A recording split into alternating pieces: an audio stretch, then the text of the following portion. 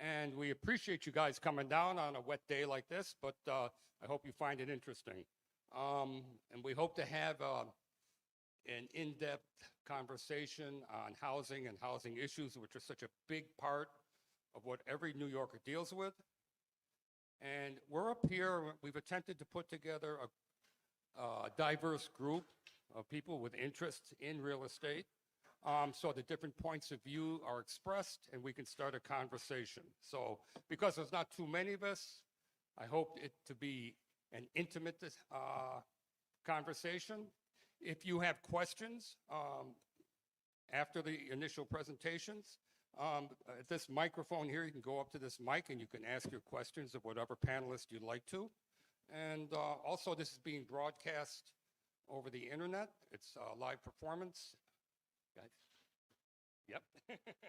And without rhetoric. And what I'd like to do briefly, though, before we start, is go over a few of the initiatives that All the Story is involved in right now. So right now, some of the things we're working on is we're working to establish dog runs in Whitey Ford Field. This is because of all the development going on in Hallett's Peninsula. There's over 7,000 apartments going in there. And according to studies, a good 50% of those may have dogs, and there's no place for them to hang out. So not only do the dogs get to hang out, but their owners do too, and it's a good way to establish a sense of community. So we're doing everything we can to put a volunteer group together, because the Parks Department requires that before they start construction. And if you have any interest or know anybody that does, just go to our website, www.oana-ny.org, and sign up. Okay, we hope to be moving on that very soon. Also, we're working on the renovations of the Hallett's Peninsula Playground at the end of First Street. And one of the things that we're pushing for, because we think it's important for the people that are middle-aged and older, excuse me. Sorry about that.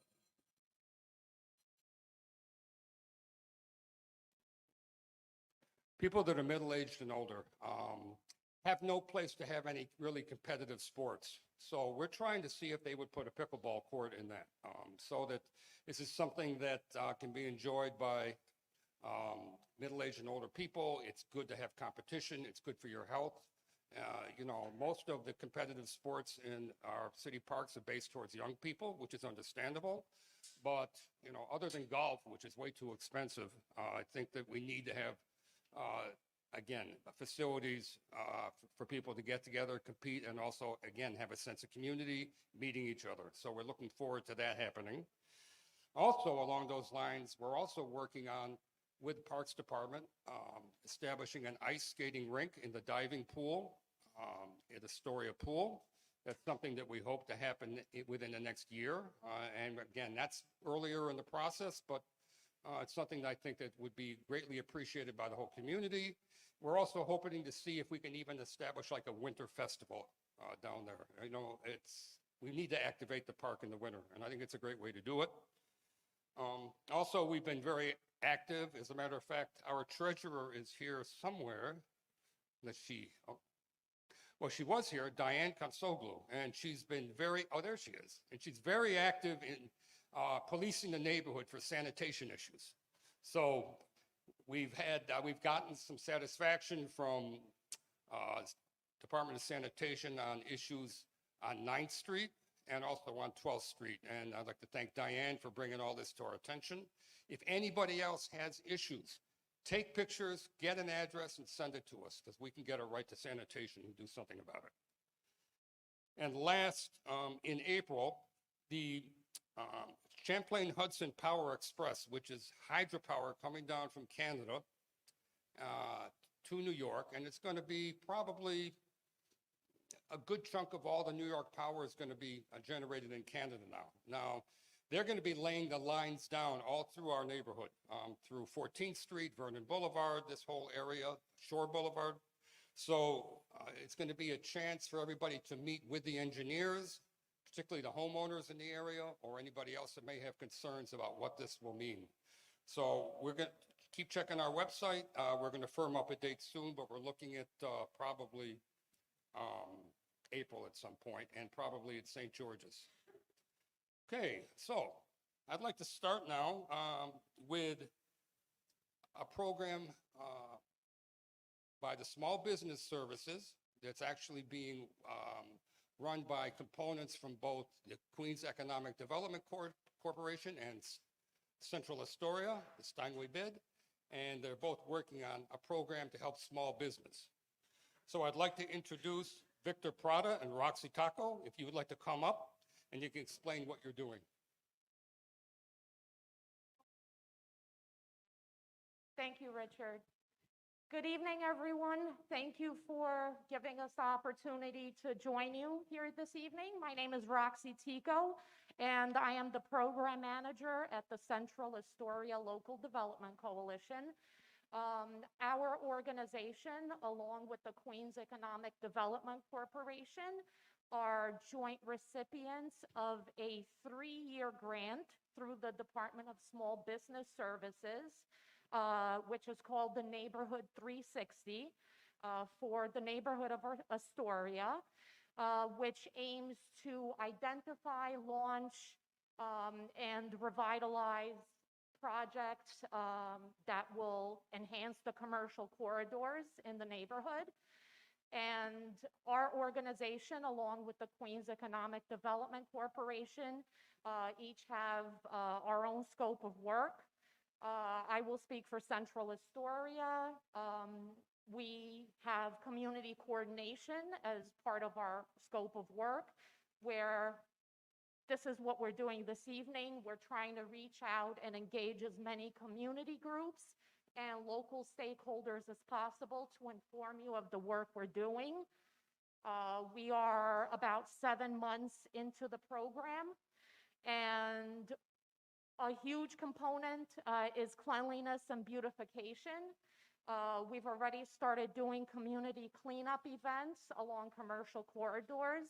I know it's a big issue in the neighborhood and the city as a whole, but we're trying to identify areas along Astoria's 6 commercial corridors, Ditmars Boulevard, Astoria Boulevard, Steinway Street, 30th Avenue, Broadway, and 36th Avenue, areas that need the most amount of care right now. So we're starting with that. As I said, we started with community cleanup events with volunteers and trying to get merchants to also volunteer. We also did a tree pit cleanup event in the neighborhood because trees are also very important, an important part of our commercial corridors and the neighborhood as a whole. We are also working on merchant organizing to try to connect the merchants along the commercial corridors to really get a unified voice, really identify issues and concerns, and focus on advocacy for them.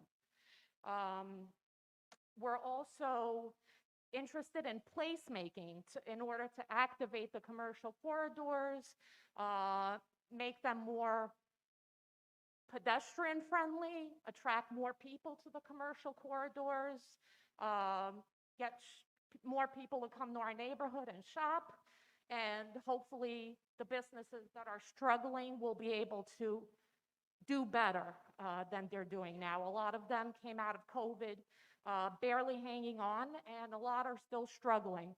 So we're doing our best to try to just help them in any way that we can. And now I'm going to turn things over to Victor Prado. Thank you, Roxy. As you can tell, Roxy is very detailed in the way she speaks. That's why I always have her go first, because I know nothing will get missed. But I handle the other side of this Neighborhood 360 grant. My side of things is focused more on business development. So I do and handle everything from, people who want to start their businesses. They, hey, I have this idea. I just don't know how to get started. I'm the guy you speak to. I'm the guy who takes you from 0 to 1. So we get you plugged in with business advisors at Queens Economic Development Corporation. We get you connected with the storefronts that are available, that are vacant in Astoria. And just for some stats here, Astoria is above average when it comes to the New York City small businesses, which is a very good thing. The average lifespan of a small business in Astoria is 12 years. So Astorians really support their mom and pops in a world where, rents are getting out of control and, your favorite smoke shop is going to move in. We have above average mom and pop businesses here in Astoria. But that being said, there are areas here that have been hit the hardest. Astoria Boulevard and 36th Avenue are those two corridors. So I'm really trying to push for an effort to bring more business development specifically to Astoria Boulevard, specifically west of 21st Street. So that is a priority for us. There's Astoria Boulevard has the highest vacancy rate of Astoria. It's around 15–16%. Again, that's about maybe average of New York City, but way above the numbers of Astoria. So in that regard, Astoria is doing pretty okay, but Astoria Boulevard has gotten hit hard. My services, kind of landing the plane here, I'm helping as much as I can with marketing needs, business advisory needs. So I am literally going with my camera, that white camera there we're using to stream. I'm also Richard's tech guy. That's why I'm also kind of here running back and forth. But I am literally going store by store and saying, hey, can I do a free video for you for your social media? How can I help you out? How can I teach you how to do this? So we're providing very boots on the ground, practical help for these businesses. I know a lot of times, sometimes you go to these events and you hear a lot of people saying a lot of great things and then you feel good and then life continues the same. We're here in the front lines trying to help as much as we can. We would love to connect with you. If you know any businesses that say, hey, I know 10 businesses that would love a free marketing video. I know 10 businesses that would love these services. Please connect with us. That's why we're here. We're trying to share with the community as much as possible that we are here to serve the businesses of Astoria, the community, and help as best as we can. Okay, questions? I think it's best for the mic if you have a question. Yeah, we're streaming online though. Yeah, you have to go up to the mic. Go to the mic, yeah.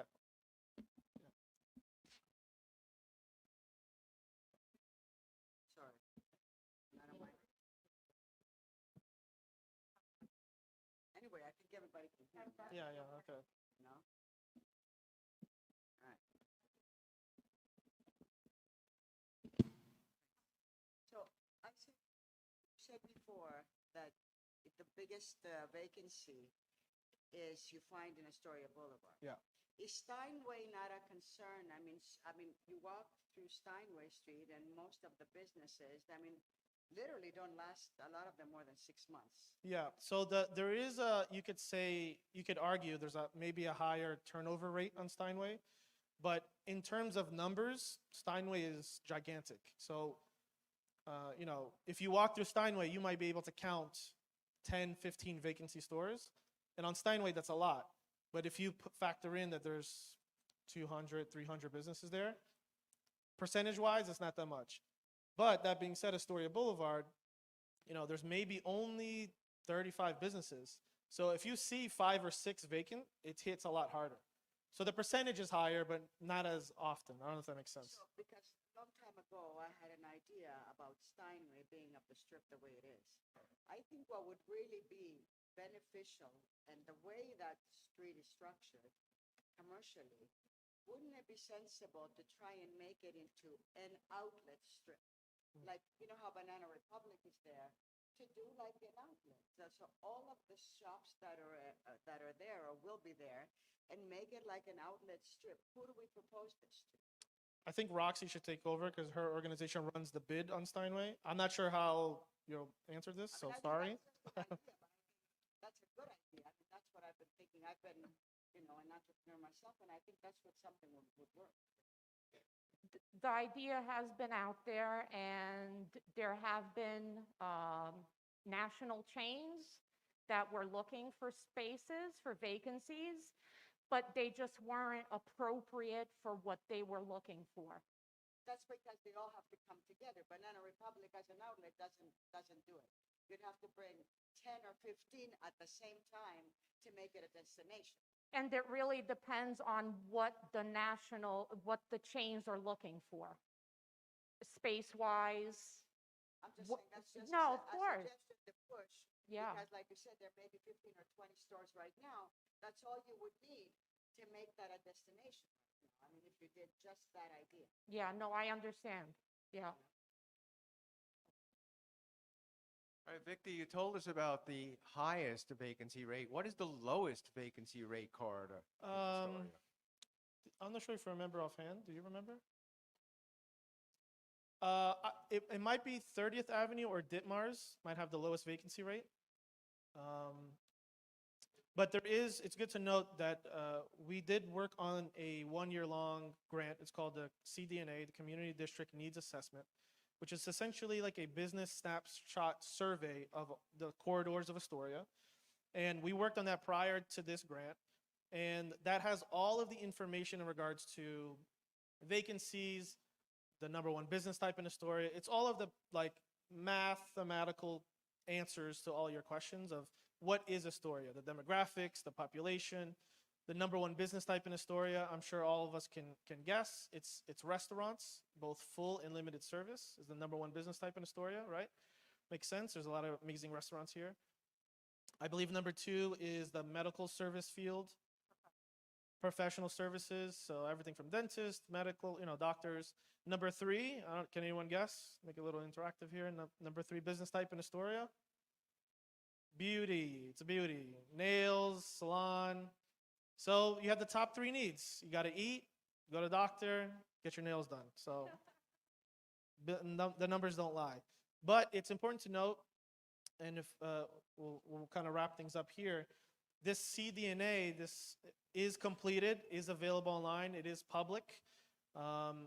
We can share that over to you. Just give me your card, give me your email, and I can send it over to you.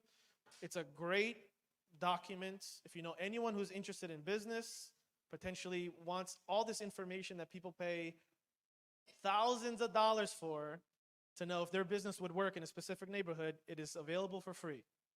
So just keep that in your back pocket. Any more questions? No? Okay, great. Thank you, everybody. Thank you, Roxy. Thank you, Victor.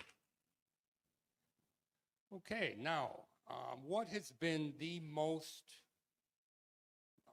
talked about subject in the history of New York since before Peter Stuyvesant? I'm sure it's real estate. And, right? and it bridges every social group, every cultural group. We all need a place to live.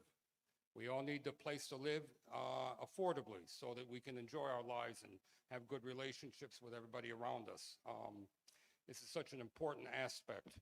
What we're trying to do now with the next program is create a discussion on different points of view and different aspects of real estate and development that's going on here in New York City now. So we've tried to put a diverse group of individuals with an interest in this. And the fulcrum, or the main point that we're starting with, is the fact that our mayor has put together a program when he's trying to change zoning so that it's simplified and it allows for easier construction and building. This is called the City of Yes. And it's right now in the process of going through the Euler process. I've been on my local zoning board for 20 years, so we're in the middle of it. As a matter of fact, this is the first that I'm actually hearing more specifics about the housing side of it. The first aspects were about sustainable power and also about economic development. And those sustainability, I think, has been passed. Economic development is before the city council, I think, at this point. So now we're just starting the process for housing. So I'd like to bring up initially to discuss and show a little bit about the City of Yes and what the city is proposing. I'd like to bring up Wendy Shin and Veronica Brown.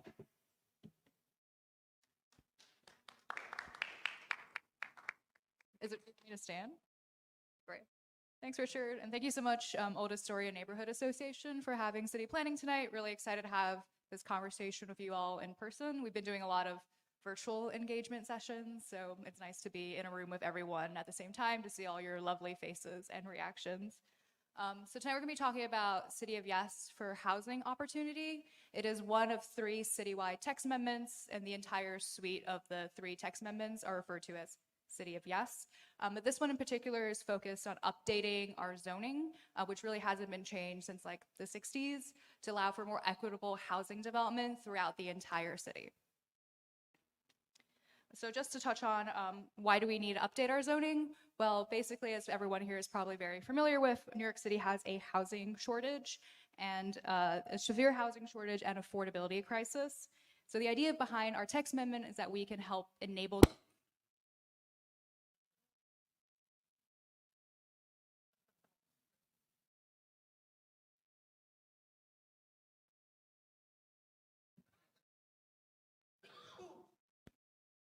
Hello? Okay, fantastic. So the idea behind this text amendment that we're going to be talking about tonight is that I can help enable the creation of a little more housing in every neighborhood by updating our zoning to better meet the needs of New Yorkers today. And the proposals that we're talking about today don't emerge from nowhere. They come directly from the Fair Housing Plan that some folks might be familiar with that was produced by our sister agency, Housing Preservation Development, or HPD, called Where We Live NYC. And Where We Live is a fair housing plan that was created in collaboration of over 250 community organizations. And basically what they found in those conversations with community groups as well as members of the public is that our housing shortage and affordability crisis have severely limited New Yorkers' housing choices. So basically, this also translates to our most historically low vacancy rate. Some folks might have seen that in the news. New York City has a 1.4% vacancy rate right now. So if you or others are looking for an apartment, it's particularly tricky in this time. So what can DCP do to respond to these housing crises? Sorry, trying to go to the next slide. Okay, I'll just leave that to you then. So what can city planning do to address these issues? Well, we have a stake in the zoning. And just for folks who might not be very familiar with like land use, what zoning means is like the laws and regulations that dictate what you can do with a piece of land, like what kind of use you can have on it, whether you can have commercial or residential use, as well as the shape and size of the building that you can build on top of that particular land. So that's what zoning regulates, sort of an abstract law that regulates how space can be built or what can be used. So that's what we can do as an agency, is update the zoning to allow for more housing to be built in every neighborhood. And this also addressed the root cause of our high housing costs, because there's a supply issue of the fact that there's just not enough housing. And this translates to being a landlord market where landlords can effectively ignore tenants' complaints about repair issues in their apartment. They have 311 calls that are unanswered because basically the landlord's like, what are you gonna do? There's not the other apartments to really like go out and like actually, because of our low vacancy rate. And this in turn also supports the other 2 City of Yes text amendments that Richard talked about, the City of Yes for carbon neutrality, as well as the City of Yes for economic opportunity. So carbon neutrality has passed City Council already, and economic opportunity is currently going through the public review process. And if anyone here sits on your local community board, you might have seen other colleagues from our agency talk about that particular text amendment. Next slide. So tonight we're going to be talking about the biggest moves for the text amendment. We're going to be starting off in our low density areas, which are shown here in blue. And there's some parts in the story that are low density. And when we refer to low density, we're referring particularly to the R1 to R5 districts here. And for these particular areas in our low density, we are aiming to enable something we're calling missing middle housing. And missing middle refers to low-rise apartment buildings. We're doing this through proposals we're calling town center zoning and commercial corridors and transit-oriented development in transit-accessible areas. We're also aiming to help homeowners in our low-density areas by creating an accessory dwelling unit program, or an ADU program, and providing small buildings with additional flexibility under our zoning to update over time. And for our medium high-density areas of New York City, so those are shown in yellow in this map here, which also makes up parts of Astoria, our biggest proposal here is the Universal Affordability Preference, or UAP for short. And this will allow for bigger buildings for affordable and supportive housing in our medium and high density districts, so our R6 to R10s. We'll also be eliminating parking mandates. So parking will be optional for new housing construction citywide, and that will remove the conflict between building parking over providing housing. And at the end of the presentation, we'll talk on some other smaller proposals, including enabling conversions of non-residential buildings, like those empty office buildings you might be hearing about in the news, to residential, as well as small and shared apartments, and the addition of additional housing on campus sites. Next slide. So before we jump into the low density proposals, I'm just gonna provide a little like history, a background lesson behind these areas. So New York City, as you can see from this map, for low density, there's single family districts, 2-family districts, and low density multifamily districts. So in theory, in a 2-family district, you can build a 2-family home, and in a low density multifamily district, you can build a multifamily home. However, because of our restrictive zoning policies that were layered on in like the 1990s and early 2000s, regulations like yard requirements, which I'm sure most folks don't really think about yard requirements, but also things like parking requirements have made it difficult to actually build a 2-family home in 2-family districts or a multifamily home in a multifamily district. And oftentimes, the only thing that is feasible in these areas is a single family home. And as folks are aware, a single family home, like homeownership is a faraway dream for me, is like the most unaffordable housing type, really. So because of these restrictive zoning rules, we've really forced these areas to only produce single family homes. Next slide. So one of our most exciting proposals for the low density areas is to re-legalize missing middle housing. This housing, again, is called missing middle both because of its physical scale. These are like low-rise apartment buildings, as well as the demographic for the residents. So we think it can help target like middle-income residents. So we want to allow these low-rise apartment buildings on a variety of sites that we think make sense based on the existing architecture.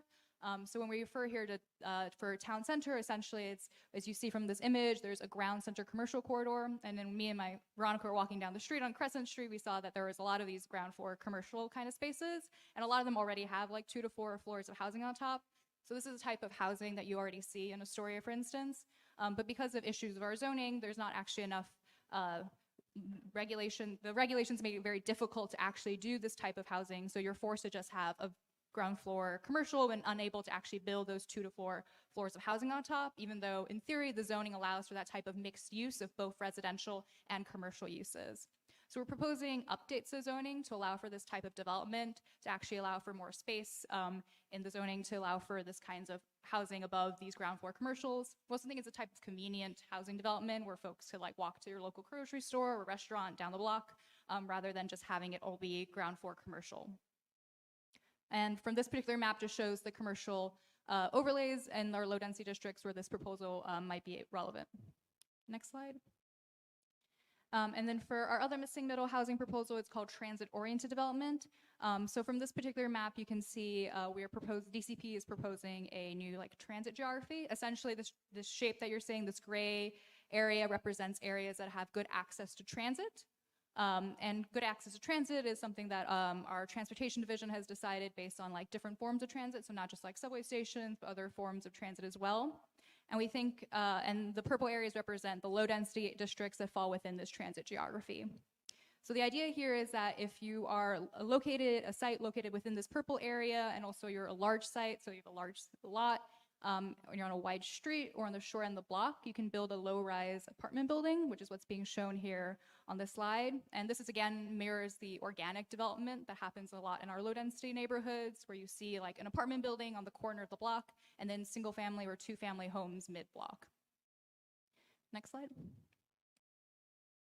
And then we're also proposing updates to allow for accessory dwelling units. Give me a second. And so under this proposal, a single or 2-family home would be to build an accessory dwelling unit or an ADU. And there's lots of types of ADUs. Some folks might be familiar with this terminology, and they include like backyard cottages, garage conversions, or basement apartments. This particular slide is showing like a garage conversion, for instance. And these small units provide important housing options for small households, like a young person moving to their own place for a long time, or an elderly resident who might want to age in place. And because of their small size, they serve different income levels than a large single-family home does. And we've been able to look at other states' successful implementation of ADU programs. So New York City is actually behind the curve on this. And they've found through their programs that ADUs can also help serve multi-generational families and provide additional streams of revenue if possible. At the same time, though, there are other barriers to legalizing existing units, particularly basement apartments that lie in state and local laws outside of city planning's purview. But we are working with our sister agencies and other partners to think about ways that we can make sure that new ADUs are built safely. Next slide. So the same rule changes that allow for ADUs can also help homeowners who don't want to add an ADU, but just want to add a little more flexibility under the zoning to change their homes to meet their changing needs. So oftentimes homeowners in low density areas, like for example, this particular building is in a district that allows for 2-family homes, but this pre-1961 building wouldn't be able to be built today because it has smaller rear yards than what is currently allowed under our zoning. And these are things that oftentimes like New York residents don't have to think about, but when they go to try to make an update to their kitchen, for instance, they found that they can't actually make these updates because their home is out of compliance with the zoning. So we just want to update the zoning to better reflect what's actually on the ground today so that when homeowners want to go make these simple fixes to their homes, they can do so without thinking about abstract concepts like land use and regulations like that. And this also allow for 2-family districts to like actually be 2-family districts, and for multifamily districts in our low density areas also be multifamily districts. Next slide. And then we're going to turn our attention to the medium and high density parts of New York City. And our biggest proposal here is called the Universal Affordability Preference, or UAP. So under our current zoning, each zoning district gets the same FAR or floor area ratio, and basically that dictates like the size of a building you can build. But there is an exception if you're doing affordable senior housing. You have taken advantage of a preferential FAR framework. So essentially you can build a slightly bigger building if you're going to be marketing to affordable, if it's going to be affordable senior housing. So we think that doesn't make sense just to eliminate that to affordable age-restricted housing. We think all types of affordable and supportive housing should be able to take advantage of that preferential FAR framework. So that's what UAP is doing, is that allowing for all affordable and supportive housing to take advantage of a slightly higher preferential FAR, at least a 20% bump over the base FAR. The FAR for market rate housing won't change. It will still be the same. We're just saying that for affordable and supportive housing, those buildings could be slightly bigger. And so some districts today don't have a preferential FAR for affordable seniors. So for those districts, we'd be proposing new FARs so that at least those buildings, every neighborhood can do its part to produce more affordable housing. And I'll walk through some examples of how UAP works on the next slide. So for this particular example, let's say a church in this R6 district wants to build affordable housing. So it's located in R6 district, so they get 3.0 FAR. So for this hypothetical site, they get 35 units. Under the UAP framework, they get a bump up to 3.9 FAR. And that 0.9 FAR can only be accessed so long as that is permanently affordable housing. And that gets them about an extra 10 to 12 more affordable units. Now, a dozen affordable units may seem nothing to write home to, but if this again is a citywide approach. So if every project across the city is able to add a dozen more affordable units, that results in a lot more affordable housing available to New Yorkers. Next slide. So this is just like a visual representation of how UAP will work. So let's say without UAP, this building is built according to the base FAR for market rate housing. You get this like 6-story, 8-story apartment building. With UAP though, the building can be at least 20% bigger, which gets them about an additional 2 stories. So long again as that difference is permanently affordable housing. And we did some initial like back of the envelope calculations. We found that had UAP been in place since 2014, an additional 20,000 income restricted affordable homes have been created, enough to house up to 50,000 New Yorkers. So this is a proposal that we're particularly excited about, and we think developers like affordable housing developers like Mega can definitely take advantage of this to produce more affordable housing. And finally, for our last big move is the parking mandate changes. So this one's pretty straightforward. Essentially, we're going to be making parking optional for new housing construction citywide. So essentially what we found is that parking is very costly, contributes to overall costs of housing construction. We think about logistics of like building an underground parking garage or parking garage above ground even, like it costs a lot of money. And that oftentimes contributes to overall increases in like housing construction. So we think rather than having parking be an obstacle to housing growth, we wanted to make it be optional. So in our conversations with some developers, oftentimes in neighborhoods like Greenpoint or Williamsburg, they have these empty parking garages that their tenants just aren't using, but that they were forced to build because of zoning requirements. So we think rather than having empty parking garages, it makes sense for those to be filled housing units.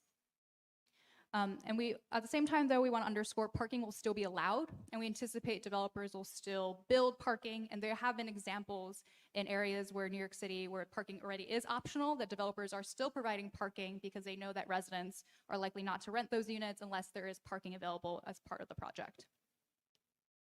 Next slide. I'll just walk through an example of how exactly ending parking mandates can help support our housing growth. So let's say a developer seeds this site and wants to build an apartment building. So right now it's like an underused garage, for instance. In theory, this site could fit 16 units, but because of wanting to waive out of the parking requirements, the developer stops at just 10 units because otherwise that 11th unit would trigger a 6-space parking requirement, and that just wouldn't fit on this site. If we were able to waive out of parking, if parking was optional, the developer can fully build out this site and include those 6 additional units. Now again, 6 additional apartments may not seem that significant, but when sites across the entire city add a little more housing, we can see a lot more housing overall without any single neighborhood experiencing those drastic changes. Next slide. So these are some odds and ends proposals that are not as significant as the ones I just talked about, but will help enable important projects as well as a diverse housing types. So for the first proposal as part of this suite is conversions of underused non-residential buildings.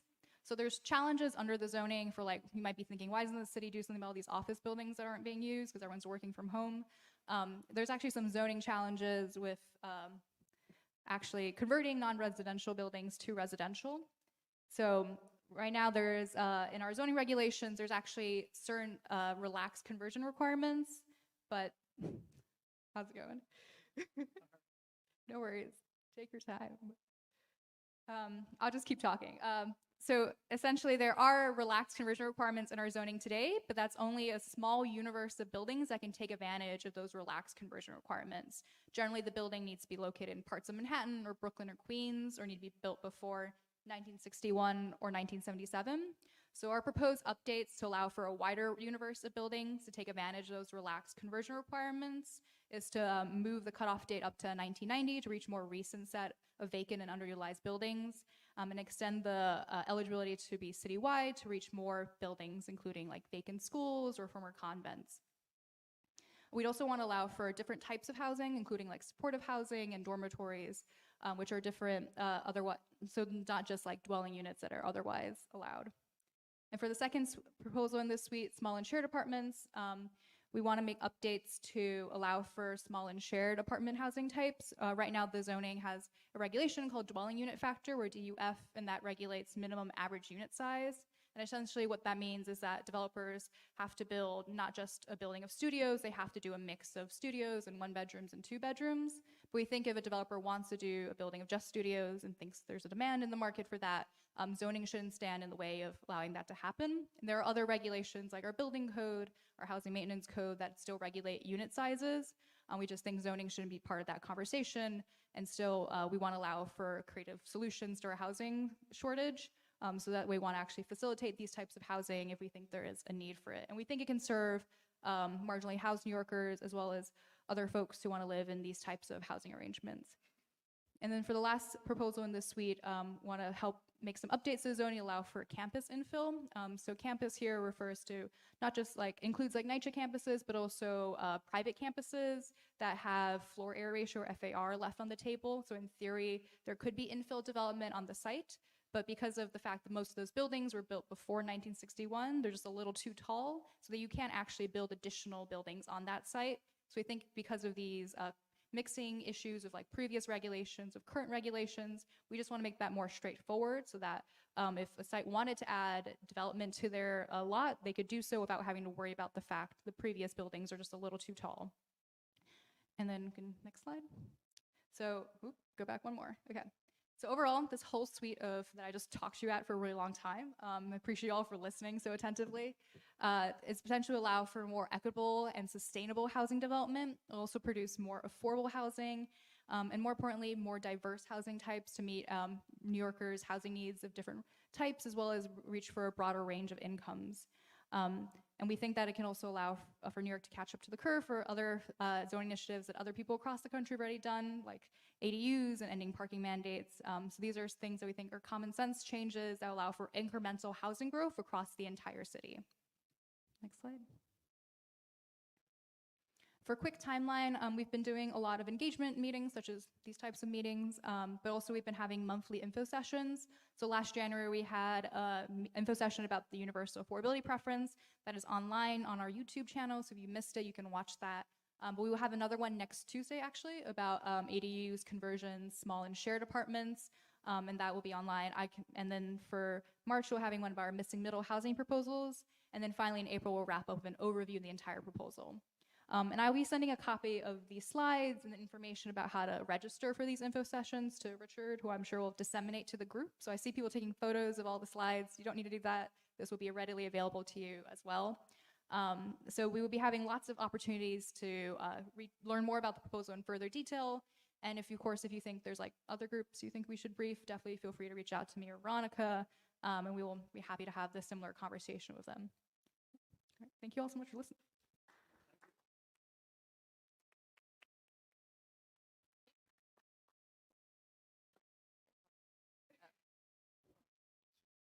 Okay, thank you. Let's have another hand for Winnie. Thank you. And that was like the alphabet, or that a lot of housing is built on. Okay, it's a little complicated, but once you learn the different letters, you start to create sentences, and then out of those sentences, you create concepts, which eventually become buildings.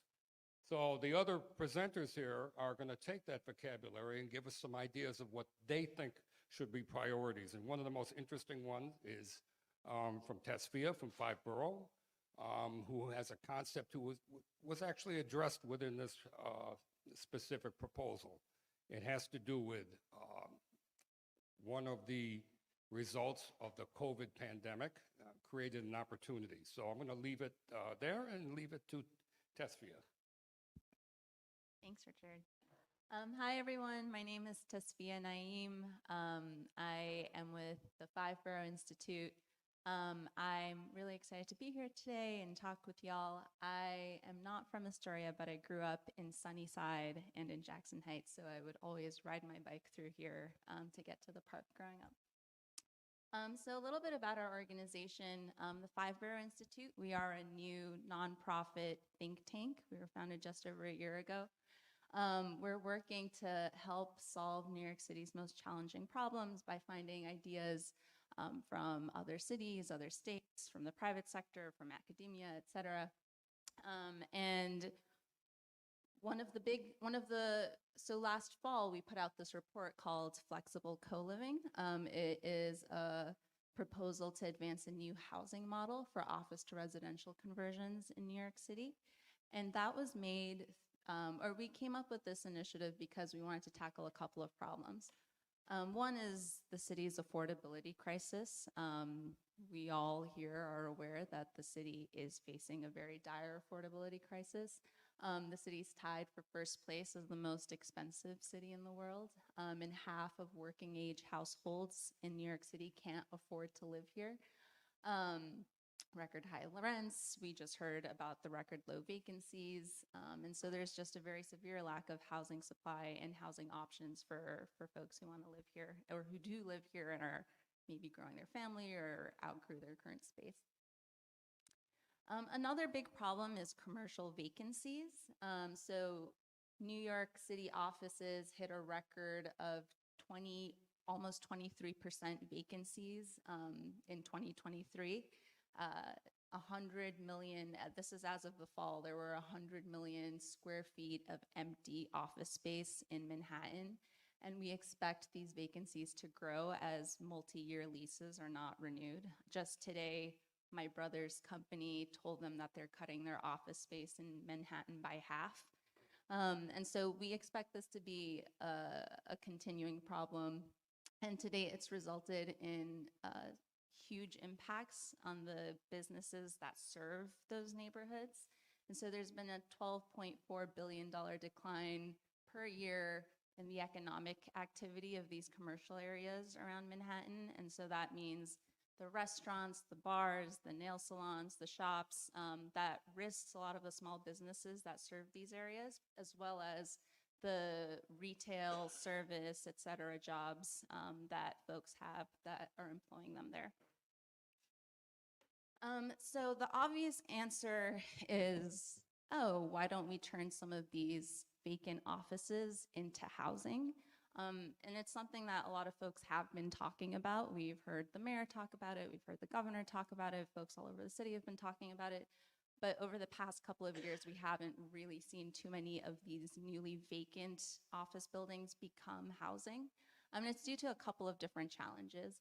One is, office buildings just have different shapes, different uses, different structures than residential buildings do. And they also have very different sets of laws that they have to comply with compared to housing.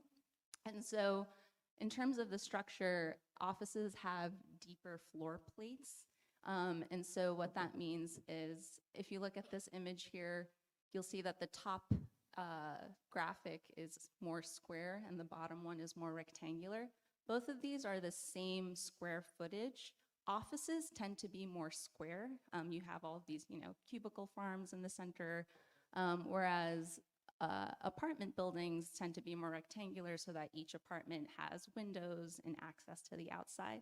And so when you look at, in this, each of the little squares within each shows the same size unit. In the bottom one, you can create 20 apartments under current laws and that's how many apartments you can create. But in the top one, you can only create 14 because there's a lot of dead space in the middle that you can't turn into housing because it is not accessible to a window.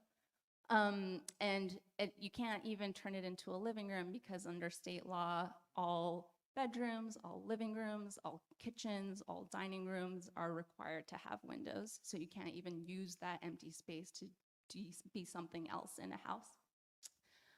There's also very costly window construction. So we have seen office conversions in Manhattan post 9/11 and then kind of throughout the 90s as well. Those conversions, mostly in FIDI that we've seen, have had to deal with this exact issue. And what they've done is they've drilled a core down the center of the building to make a central courtyard so that these apartments can have windows facing the central courtyard. There is a building on Water Street. It just opened this year or last year.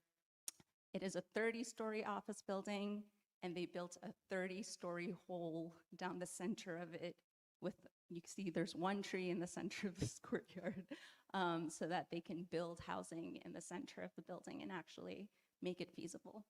And so that is really expensive. There's also offices and residential buildings are just built differently. They have different structures. So if you've been to an office building, on every floor, they'll have a bathroom in the same spot. Maybe they'll have a kitchenette and the little sink will be in the same spot. And so the plumbing is kind of centralized around these central cores. But in an apartment building, you need to have plumbing hit every single apartment. You need to make sure that there are pipes all throughout. And so doing all of these things, converting offices to housing, has huge price tags associated with it. It has cost $300 to $500 per square foot. One of the developments that just happened cost $1.5 billion with a B to convert from offices to housing. And it also has very, very long timelines. So some of the tax breaks that some of these office building owners got around FIDI or near the World Trade Center, they got them post 9/11, and these buildings are opening up in the past couple of years. So it takes a very long time to do this major construction. It's very expensive. But we have found, though, that in cities like DC and Philly, they're actually converting offices into housing at a rate that's 22 times higher than we are in New York City. And so we wanted to figure out what exactly they're doing there and what lessons we can learn to bring some of that new housing opportunity to New York. And so that's how we came to our proposal. It's called flexible co-living. It's a new housing model that we've designed to add more housing and more affordable housing to the city and boost struggling commercial districts. And so it has a couple of key elements. One is co-living. Co-living is when people can rent individual rooms and then they share common areas like kitchens or bathrooms or living rooms. And then another is interior window flexibility. This is when you have a window that faces a room that has bright natural light. And so you can see here, this is actually a picture from a development in Philly. They converted an old warehouse into housing. That wouldn't have been feasible if they didn't have the ability to do interior windows. I actually lived in a home I actually experienced both of these things. I experienced co-living because when I was in my 20s, it was one of the only ways that I could afford to live in the city and be able to live in the downtown area without moving very far out. And so I lived in a co-living space with 6 people. And then in terms of interior windows, I lived in a converted loft, and lofts actually are able to have interior windows, but most housing actually is not allowed to. And so what we're proposing is don't just, allow this throughout. This is a new model. It would be new for New York City. There are a lot of things that we can learn about it. So we want this to be piloted by city government in partnership with the state so that we can get lessons learned. We can figure out what the exact financials of it would be and really can disseminate the best practices for potential further expansion. And so here I'm going to share some mock-ups.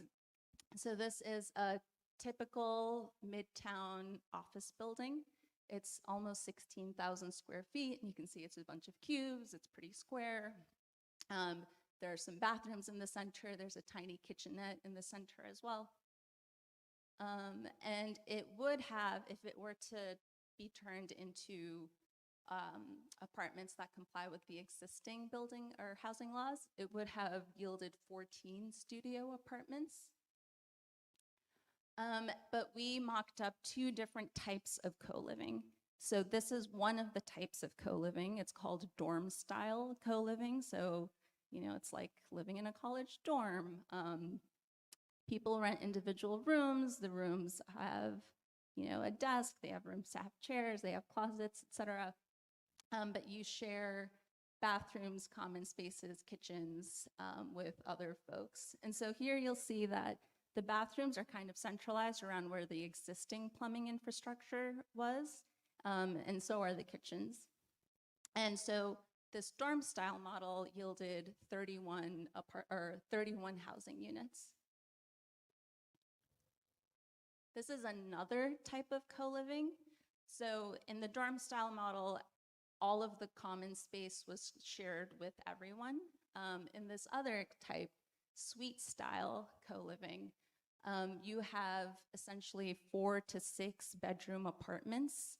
And so folks who live in each of those apartments share the common space. So it's like having a 4-bedroom apartment where people rent each of the individual rooms and they share the living room and the bathrooms with just the people in that apartment, or up to 6 people. And so here are some we worked with a team of architects to do some renderings of this. Here is a before of an office space.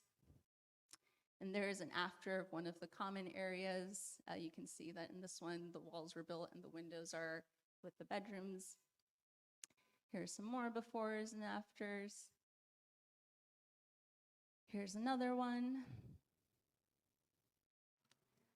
And some more.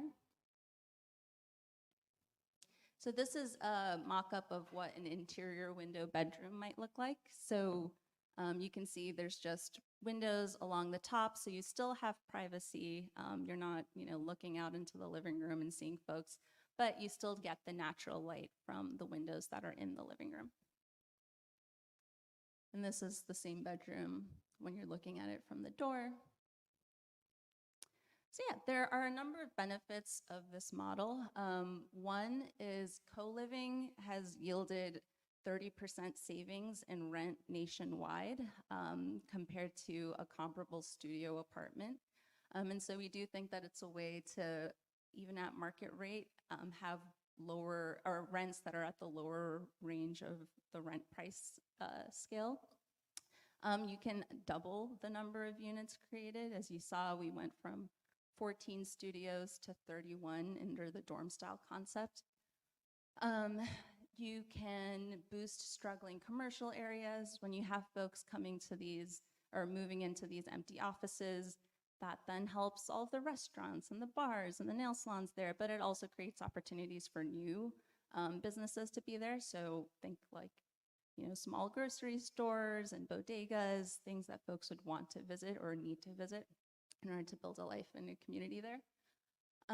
It increases the diversity of housing options because we acknowledge that this type of housing isn't for everyone, but this type of housing is for some people. And so it adds that. You add construction costs and times. You bring renewed life to at-risk buildings that currently are just sitting empty. I won't go through all of these, but happy to talk through more if anyone has questions. And lastly, so we're advocating for the city to pilot this proposal, this concept of a housing unit, and add this concept to its housing agenda. We propose that it be facilitated by a group of city agencies in partnership with the state so that there's some regulatory flexibility, and bringing on private sector developers or even community land trusts to build pilot projects or test market appeal or layout preference and design and figure out the financials. And then we advocate for prioritizing community involvement and knowledge building through tenant focus groups, surveys. Just because this is a pilot, we want to make sure that we learn as much as we can so that we can, if this does get expanded, we can set standards and rules if it ever gets scaled. So yeah, that I'll stop there, but please stay in touch. Here's our social media, and we also have a newsletter that we post weekly about policy news and innovative policy ideas in New York City. So please do sign up. Thank you, Tasvia. Thanks a lot. So next, by the way, if you ask questions, please remember what they are. We're going to go out for questions as soon as we're done with the presentations here. Western Queens has gone through a huge metamorphosis over the last 25, 30 years. It's changed demographically hugely. It's gone from a primarily industrial base. It's now growing into so much residential, especially the waterfront areas. And there's also a new generation of people that are moving into our area. And this generation, like every generation, has different things that influenced it. I think this generation that's moving in was greatly influenced by the financial calamity of 2008. So a lot of the way they view things, they're viewing it from a totally different concept than some of us are. And one of the results of that is the establishment of community land trusts within the real estate sector, the concept. And so we have here, we're very lucky to have the Western Queens Community Land Trust, Memo Salazar, and Memo also has with him Danielle Brecker. So we'd like to turn it over to them for them to give us an idea of what they're thinking about.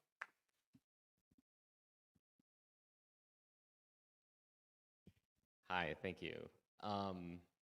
Okay, yeah, so my name is Memo. I'm the co-chair of the Western Queens Community Land Trust.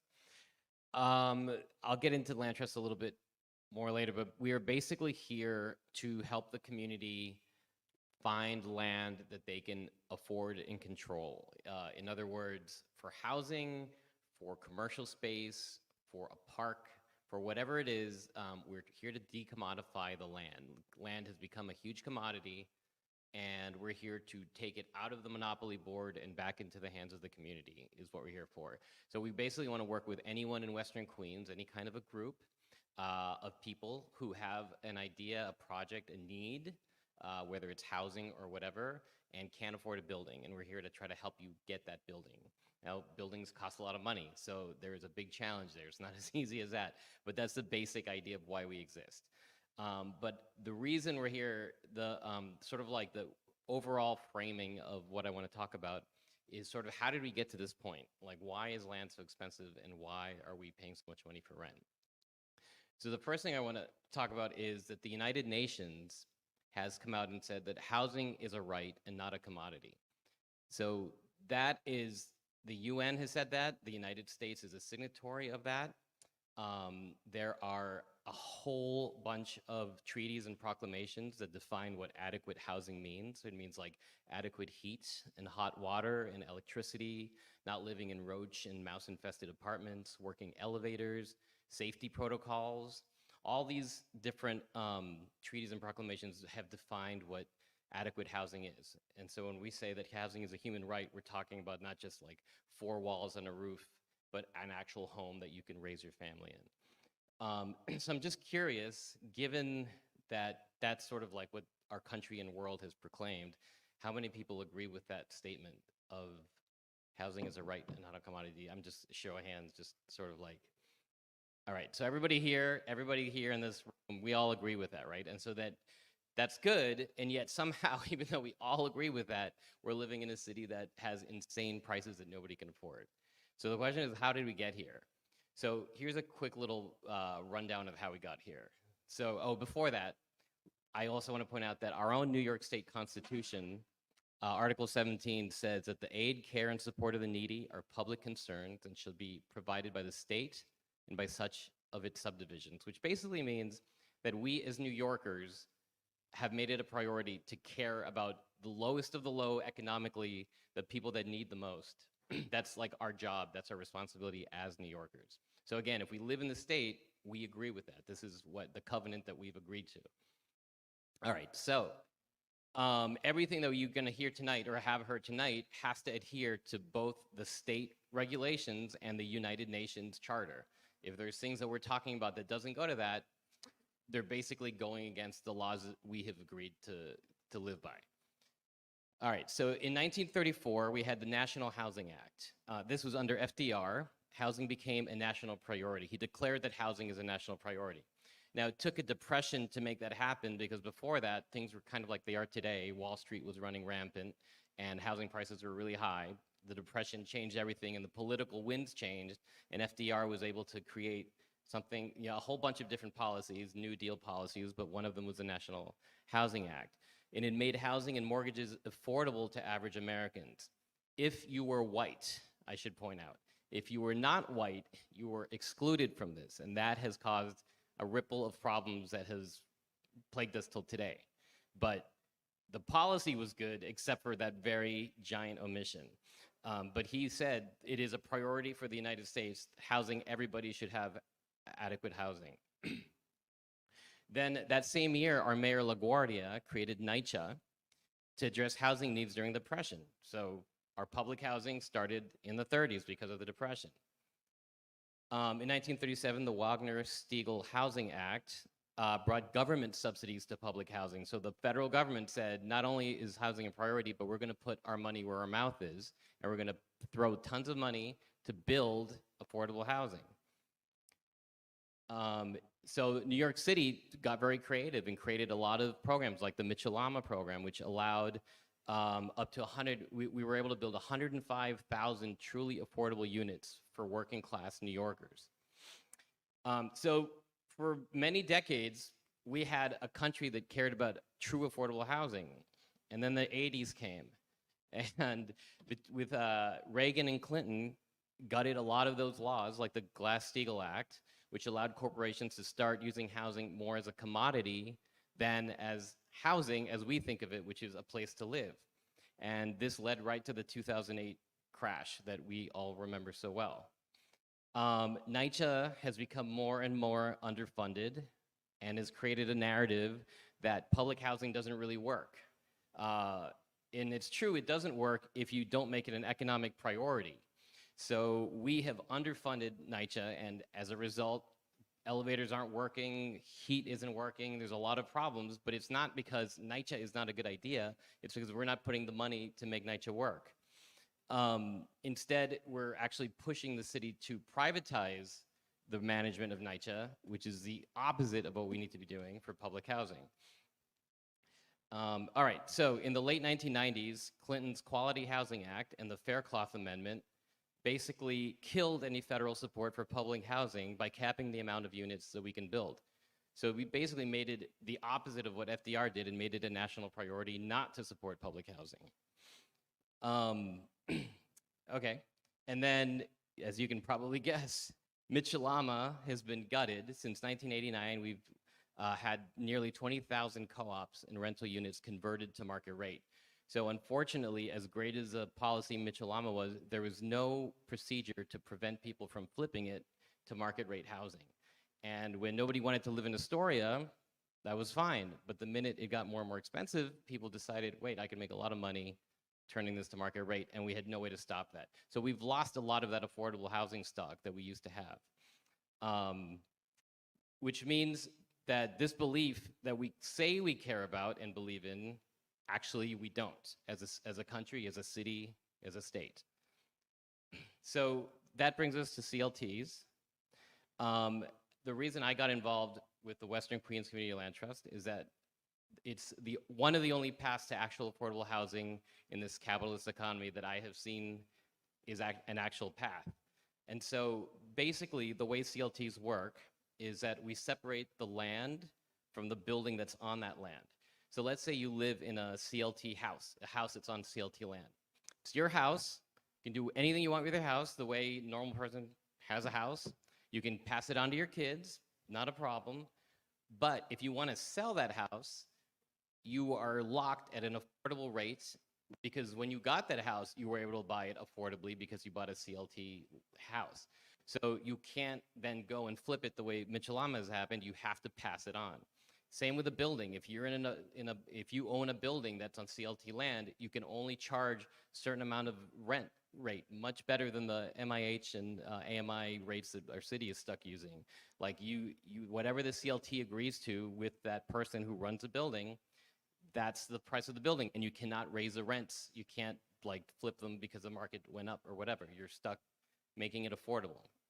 So that's the basic idea of CLTs. It's also it's not just for housing, it's also for commercial properties, for businesses, for, it's any kind of land. But this basically, by separating the land from the building, the CLT acts as a steward of that land. We're like the conscience of the community. And we're saying, people need to live, people need to work, but land is no longer a commodity. You're not looking at the land as a way to make money. That's not what the land is for. And by the way, I should point out that Adam Smith, who wrote The Wealth of Nations, who is the invisible hand of the free market, it's what we all, like in a capitalist economy, has been built on, Adam Smith's ideas. He, in his book, said land is not a commodity. He made a distinction that it's not a good that you can buy and sell the way other things are. Like, he pointed that out, and he's like the godfather of the free market point of view.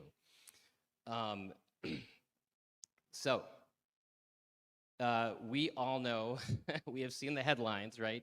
New York City is like not affordable. We're spending 50 to 60% of our income on rent when we should be spending under 30%. And we say, well, why is that? So the theory goes that it's supply and demand.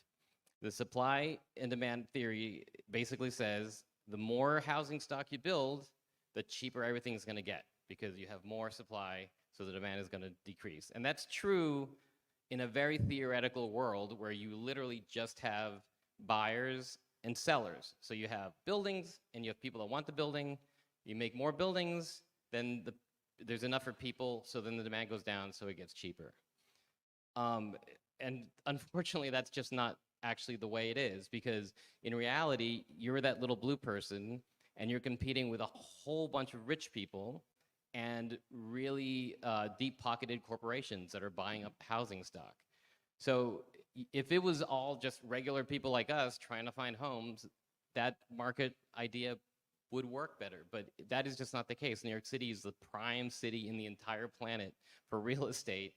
And the people that are competing with you to get that apartment are corporations or really, really rich people with deep pockets.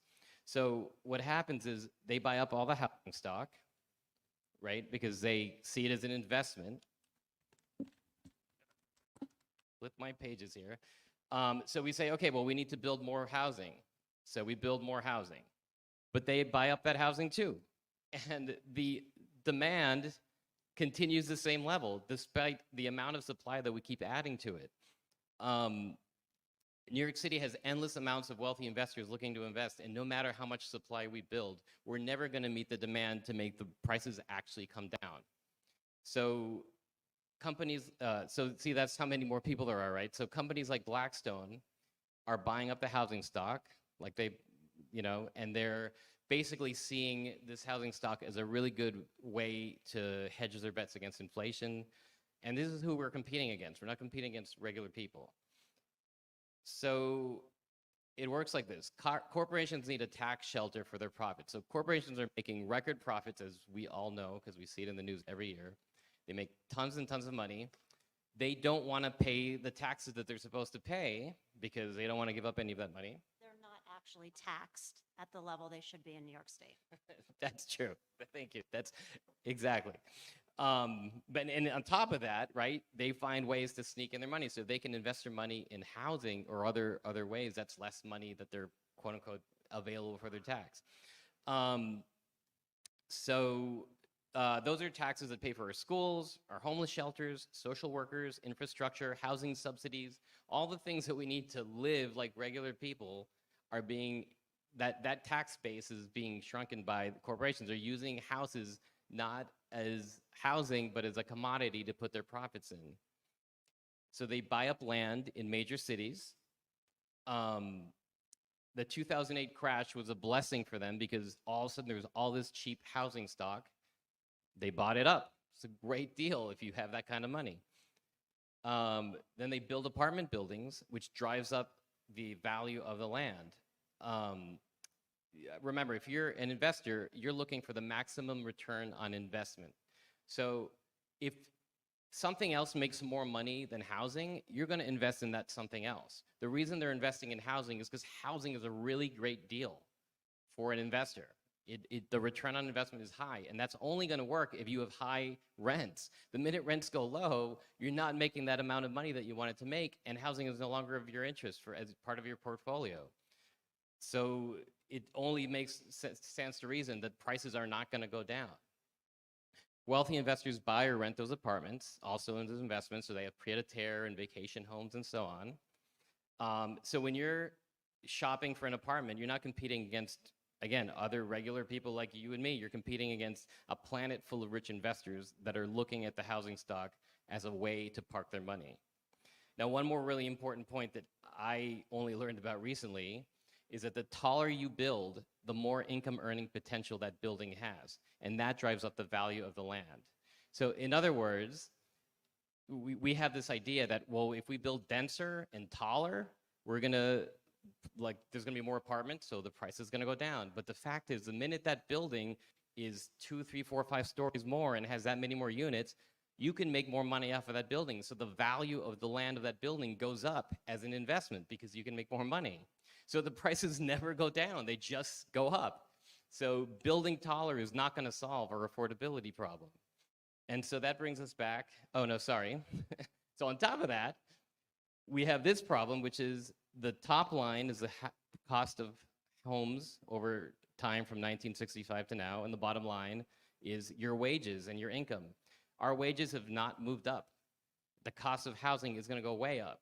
So even if right now we were able to freeze the market and prices did not go up, and we were able to at least keep the prices what they are, none of us can afford anything because our wages have not kept up with the cost of housing.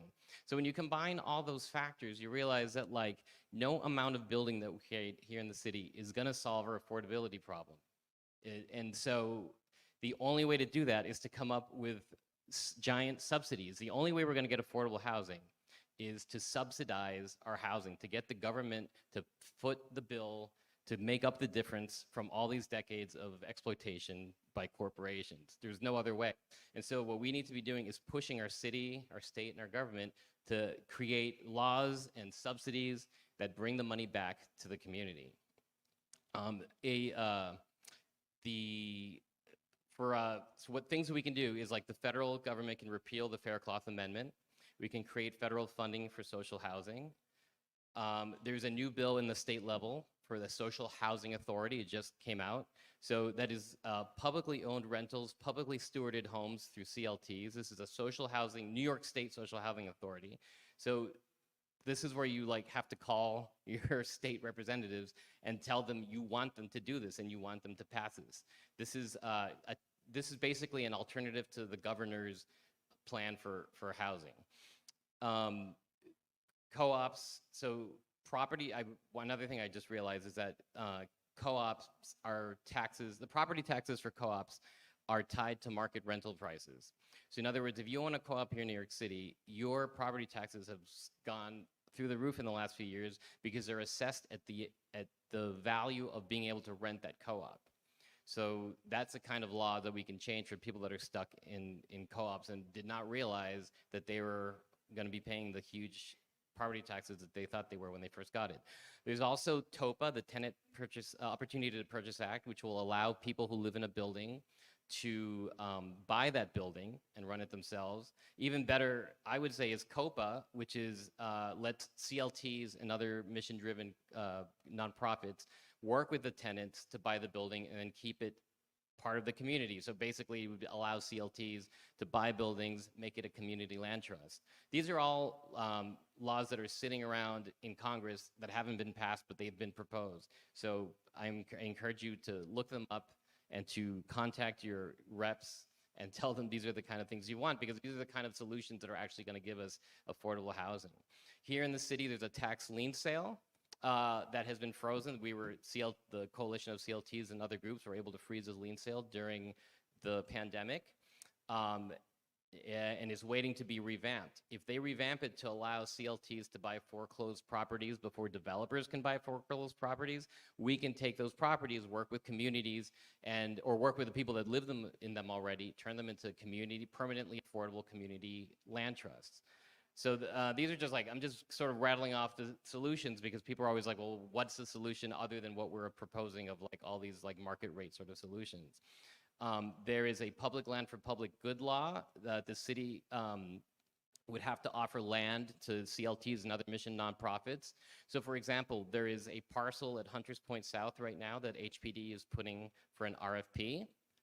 That land, if this law had passed already, the public land for public good, they would have to offer that land to a community land trust first, and we could turn that building into truly affordable housing. Instead, it's going to be offered to a private developer, and they're going to make another luxury building with very minimal affordable housing, because all they have to do is meet the MIH AMI requirement, which is very, very, very, very minimal.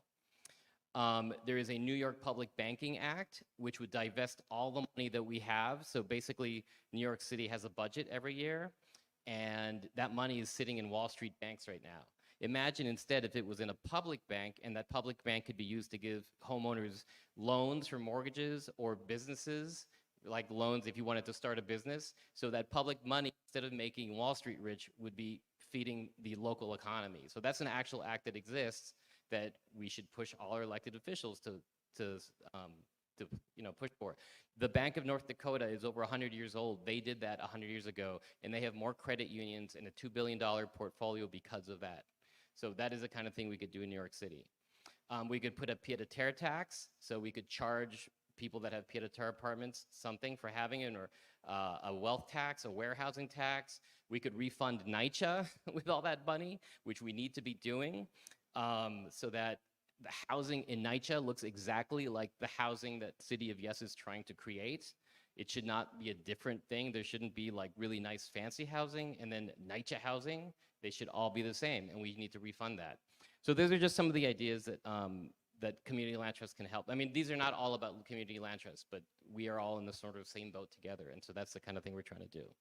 So just keep that in mind, that housing is a human right. We all agree to that. And everything that we're talking about here needs to adhere to that statement.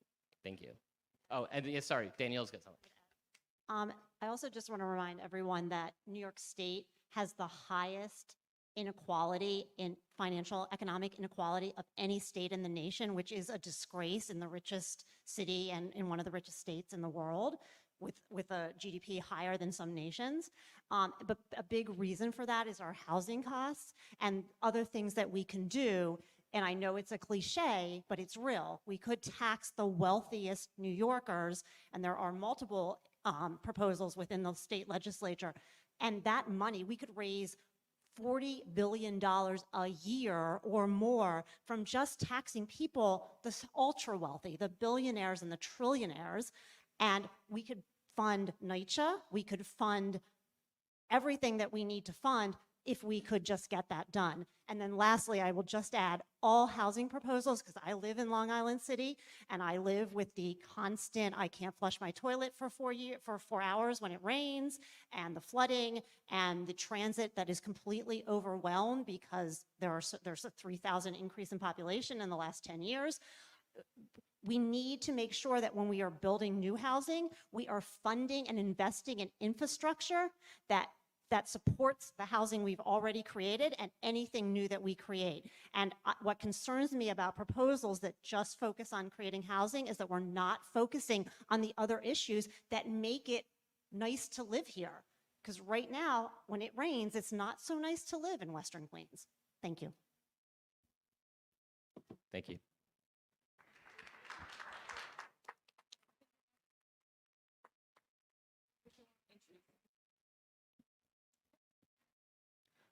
Thank you so much. That was Memo and Danielle Brecker. Memo Salazar and Danielle Brecker. Okay, next, because I'm on the Community Board Land Use Committee, you know, I've had the exposure, met a lot of different developers and people in real estate, and there are certain firms that you know have a certain ethical standard, and I know they have tried to work within the community, working with nonprofits, and I think that Mega Construction fits that bill. So I invited them here today because I also think it's important for everybody to hear from the builders and to see exactly what issues that they have to deal with, what's important for them, because at the end of the day, they're putting up the structures, what the financial pressures are that they're dealing with all the time. I know it's easy to we should never sweep everybody under one brush. In other words, all developers are not evil. All capitalists are not evil. There are definitely some out there that I would not walk across the street and push them out of the way of a bus, but there's also some out there that I respect. So in that vein, I'd like to present Manny from Mega Construction and Contracting.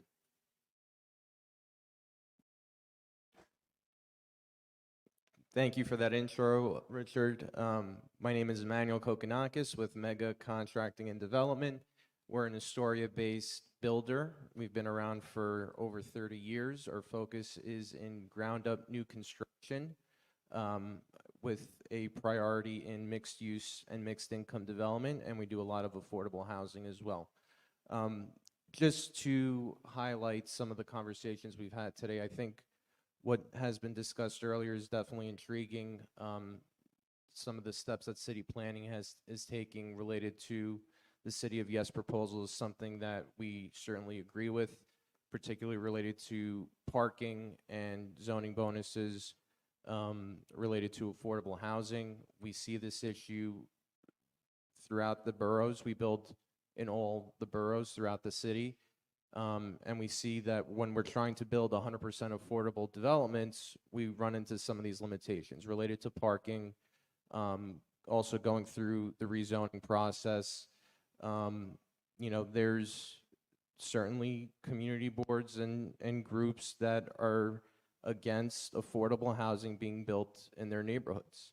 And we've dealt with that hyper locally. We've dealt with it in pretty much every borough and every community board there is in this city. So I think a lot that that's good about these types of conversations is education, understanding that, we firmly believe housing is a right. Housing needs to be affordable. We don't necessarily agree that building is not part of that solution. I think we certainly agree. We believe that we do have to build more. Density is important. Scarcity does not help the issue. But we need to welcome and understand the opportunities that we have had as New Yorkers. I think, we go far enough back. Anecdotally, my father was born and raised in Astoria, immigrant parents, right? And my first apartment was here in Astoria as well. But, I think going back enough generations, we all had the opportunity, and we're all fortunate enough to fall into this city. And I think we can't just shut the door and say, well, we're situated now, nobody else should have that right. Nobody else has that opportunity. So I think we need to carry that forward for the generations to come.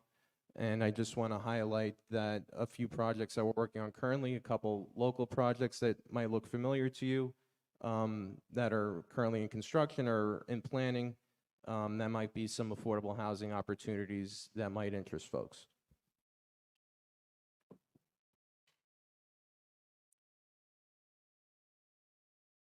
I'm just going to scroll through here for a couple particular projects. So that, I'll get to that one.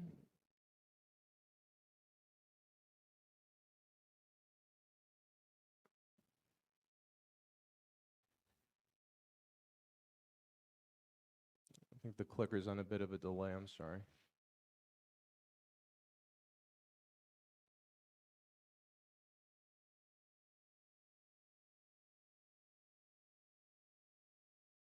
How do you go back? Oh, the lower button. Okay, that's why, sorry.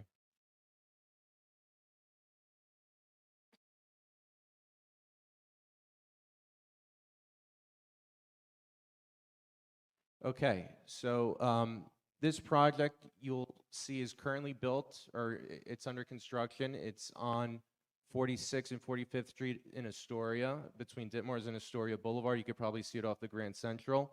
So this is an example of mixed income, mixed use housing. So there is a market rate component here, but there is affordable housing unit. So this project includes both home ownership and rental opportunities for affordable housing. So there will be a lottery coming online within the next month that'll be affordable to individuals earning up to 80% of the area median income for both home ownership and rental opportunities. So please be on the lookout.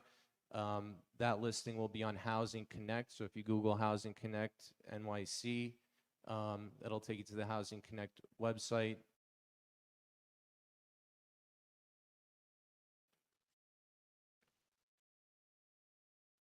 This project here is on 31st Street off of Broadway in Astoria. This was an RFP that we're working with HANIC. It's going to be 100% senior housing, going to be developed along the L line here, roughly 160 units. Again, 100% low-income affordable housing that will hopefully get certified and go through the community board process at some point this year.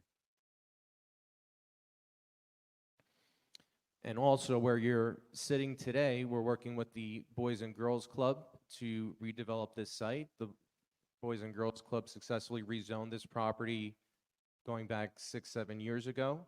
And we're looking to build a new club facility, a new brand new 100,000 square foot Boys and Girls Club with 200 units of affordable housing above. So low, middle, and moderate income housing, 100% affordable at this site here.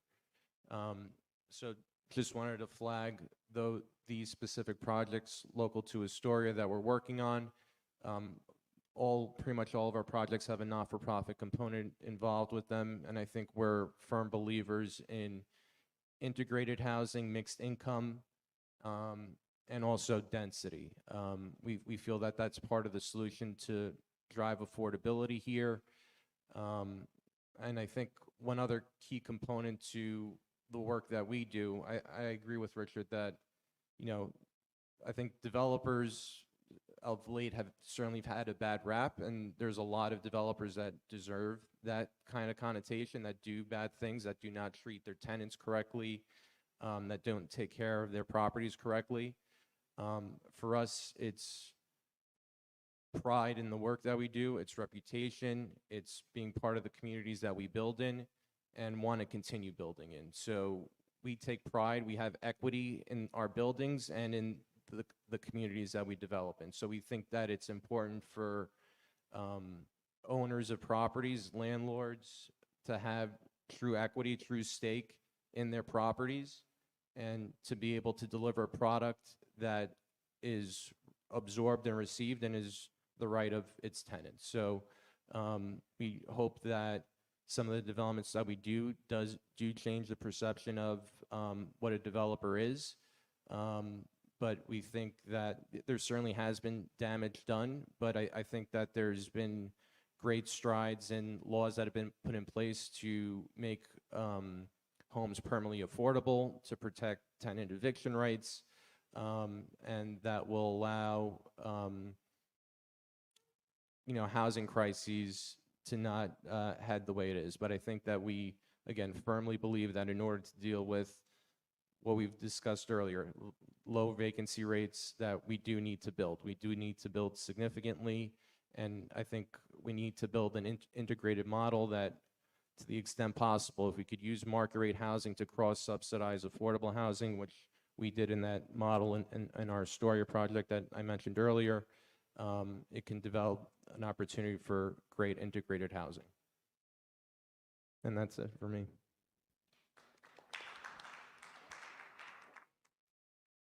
All right, thank you so much, Manny. And thanks to everybody who gave the presentations here. Now is the time for questions. I'd like to start off to see if anybody in the audience here has any questions for any of the panelists up here. If you do, please go up to the microphone.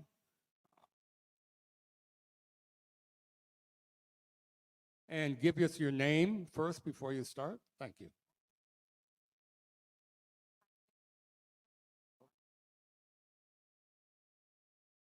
Susan LeMay. I live on 14th Street in Astoria. I just want to ask any of you who know what is going on with this construction thing where they put styrofoam over the clapboard and they have the poor workers shaving it down and it comes down like snow, and it's in our backyard garden, in the kale, in the roots. And is this legal? I just want to know, because it's a scourge. The 21st Street, the same block that has the mosque, the little mosque, the whole thing was covered in styrofoam. They at least tried to mitigate it a little bit with some netting, but it is just something that I've stopped kids from, if they think it's snow coming down, they try to catch it in their mouths. Do any of you know anything about this? Oh, I'm not really aware of the problem. If it's possible, can you get some pictures and get some addresses?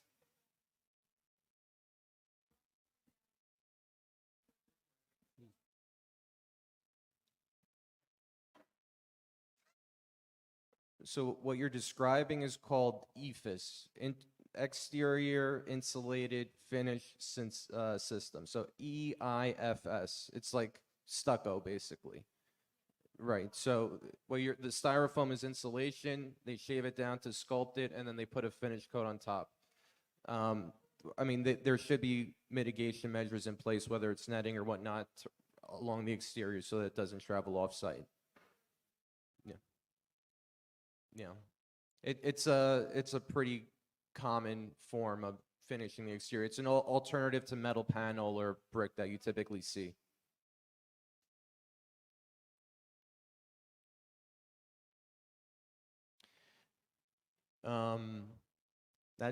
George, I don't know if you want.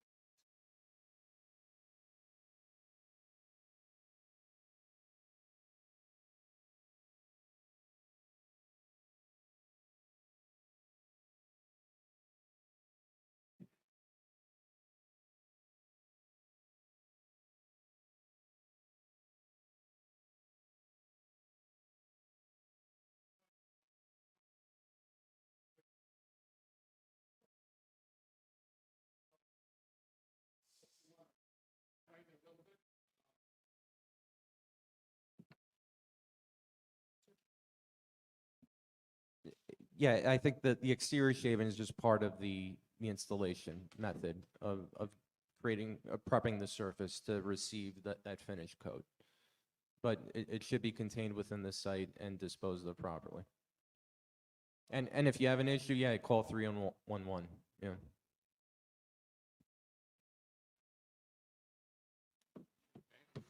Yes. Hi, my name is Jenny Dubnow. I actually live in Jackson Heights, but I come around Astoria all the time. I guess the one big question that occurs to me, when listening to DCP speak about the city of Yes, is that it seems like, you know, zoning is being posited as a major way to address the deep and severe crisis in affordability that we have. It's not just a supply and demand issue, it's an affordability crisis. The vast majority of units that are built with MIH are not affordable. Even the affordable ones are not affordable. So I think the devil is going to be in the details. If you're building 50% affordable to 30% AMI or below, I might be very interested in that. But that's not what's going to happen. I think unless there's something I really don't know, it's going to be maybe some of the things that this gentleman had just, that kind of development will come online, and maybe that's fine. But the vast majority of the building always has been, and as far as I can see it, will continue to be unaffordable to most of us. Even the ones that are called affordable, you're looking at a $2,000 studio, that is simply not affordable to most people. So I think when if we're thinking about supply as the root of the problem, then instead of building a whole lot more unaffordable housing by tweaking the zoning, perhaps we should be trying to get the 26,000 rent-stabilized units that landlords are keeping off the market deliberately, or the 5,000 vacant NYCHA units that are just being held off the market. And even under, this is the last thing I'll say, then I am going to shut up, but even under the Faircloth Amendment, every state has their own cap of how much public housing they can build. New York State, do you know how many units of new public housing New York State could build if we did just tax some billionaires? 12,000 new units of actual fully public housing could legally be built. I have no problem with builders. We need builders to build things. The problem is, what tools are we going to make available to ourselves to ensure that we have enough actually affordable housing for the average New Yorker? And that's the query that I have with City of Yes. And the last thing, this is really the last thing I'm going to say. The City of Yes, if you're changing citywide zoning rules, you're also taking away the ability of communities to weigh in and have a voice on what goes into their community. Not every person, not even the majority, I would say, of community pushback toward development is because it's racist white people who don't want to segregate their neighborhood and they don't want affordability. It's usually communities demanding more affordability, and they're concerned that their neighborhood is going to be gentrified and they will be displaced. So that ability to protest is kind of going to be taken away from us. That's a problem. Great, thanks so much for those questions. I think me and we will probably split up some of the answers to those and go through them point by point.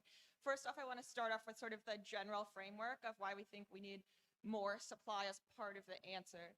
And so we are, as Winnie covered at the top of the presentation, in a historic housing crisis, historically low vacancy rates. And so our neighbors, fellow New Yorkers, are suffering. They're homeless. They're doubling up in housing units. They're not able to find a place to live because of that shortage. So that is, key to, in addition to other housing programs like additional subsidy, as was mentioned in the presentation, is unlocking additional zoning flexibility. That subsidy can't be used if the zoning doesn't allow you to build the building.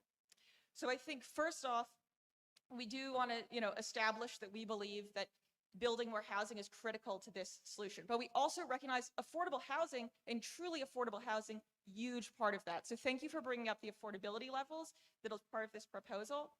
In many of our current affordable housing programs, the level is 80% AMI, or area median income, which is how, for those of you who might be less familiar with AMIs and affordable housing programs, is how the affordability level is set in an affordable housing project. And so currently 80% AMI is over $100,000 for a family of 3. That's far more than most New Yorkers make. We recognize that. That's radically out of step with what New Yorkers need. So we're still determining the exact affordability level for the Universal Affordability Preference, UAP, but we can guarantee that we're going to do better than 80% AMI, so we're going to be reaching lower incomes than that 80% AMI does.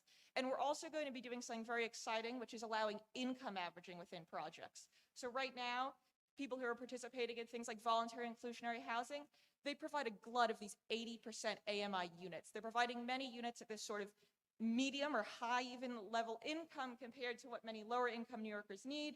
And so what income averaging will allow for is a range of incomes to be mixed throughout the building to meet that affordability level. And that includes those deeply affordable, those 30% AMI units.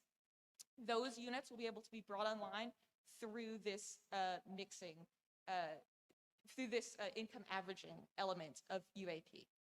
I'm also going to touch on sort of, at the end, you brought up this sort of like need for new models of public and social housing, reintroducing public housing and other forms of social housing. I think all of these things, like the things that Western Queens CLT spoke about, these new models are very exciting, and they can't happen without the zoning allowing for them to happen. We can't create any of those innovative models, whether it's what Five Borough talked about, whether it's what Western Queens CLT talked about, without additional flexibility in the zoning. Additional flexibility in the zoning will also allow new players to enter the land market, the housing market, that can't today. Today, we're in that highly constrained arena in which Blackstone is able to outbid everyone because they are, profiting off of scarcity. If we allow for additional flexibility and more room, more players, more Western Queens CLTs, for example, will have the opportunity to enter the housing market. I'm going to let Winnie answer the question about vacancies, which you brought up, and anything else I may have missed. Thank you for your questions, Jenny. And definitely hear that about, there's definitely been a lot of news going around about these vacant rent stabilized units. As I'm sure you're aware, the Housing Vacancy Survey initial findings were released quite recently. That's a survey that HPD does to see what actual vacancy looks like for the city. And they found that, the vacancy rates for rent stabilized units are historically low. In theory, when those initial news came out, back in 2021, there might have been some units that were in flux between actually being rented out to tenants, but now those units are now marketed and they're occupied, and there's historically low vacancy in our rent stabilized units as well as other types of housing units. And I was also speaking about like taking away community voice through our City of Yes text amendment. It's just for like broader picture about what kind of zoning changes that can be done. There are text changes, which are changes to the actual zoning resolution, the text of the zoning itself, and then there are zoning map changes. So you might hear of an upzoning. That's a map change of going from like an R5 to an R6, for example, making a more dense area. So the text changes are just allowing a lot of the things we talk about today, for example, our low density proposals are just about for these areas, just actually making sure that these districts can do what they already allow for these districts. For example, for our single family or two family or low density multifamily districts, they already allow these types of developments in name. It's just that because of these other elements in our zoning, you can't actually do those types of housing developments. So we just want to actually make sure that these districts can live up to the potential that they already are mapped for. So that's what these text changes are about. And then of course, like Veronica talked about, for one thing that Mega talked about, for like there's been pushback for sometimes affordable and particularly supportive housing. So for the universal affordability preference, that'll be as of right if a developer wants to do affordable or supportive housing, to sort of circumvent the pushback they might get if they wanted to do supportive housing, and make that an option as of right. So the idea is that there's still, if any other like projects, private projects wanted to rezone an area, they would still have to go through the uniform land use review procedure, Bueller process, and there would still be opportunity for community boards to offer their voice, as well as concerned members of the public to participate in that process. We're not removing that at all. Any changes like that will still be, that will still happen. We're just, for the City of Yes for housing opportunity, is more about actually changing our zoning to allow for districts to do what they already allow in name, and also it'll create more opportunities for affordable and supportive housing, and do it in a way that makes the process a little bit faster about having to deal with some of the community pushback developers may get from folks who are opposed to affordable or supportive housing. Thank you. I don't even know. Your name? Diane Kenzoglu. My job is also a broker. I'm in the business of real estate.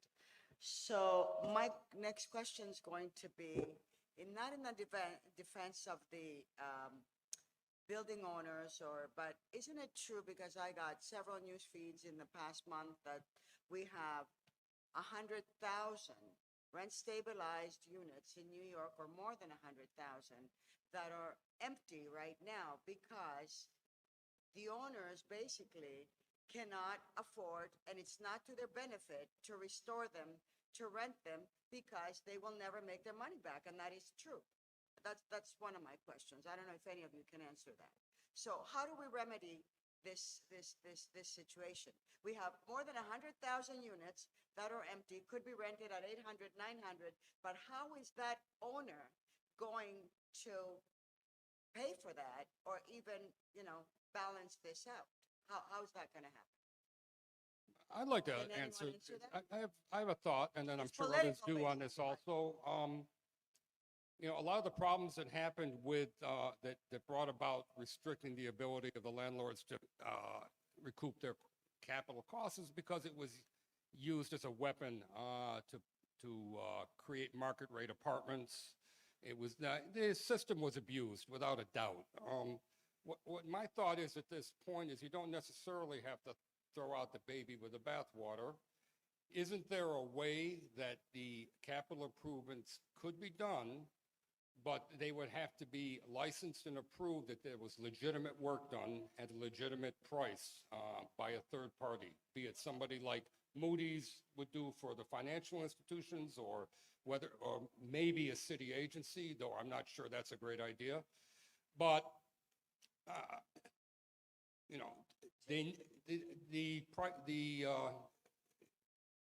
the cost has to be recouped. Let's just make sure that it's legitimate costs, and it's not, nobody's playing a game. They're giving, sorry to interrupt, they're giving you $15,000, not all at once, to rent. You can't even do a bathroom. The park is doing a renovation on the pool. They're charging 19 million. You can't even do a bathroom for $15,000 today.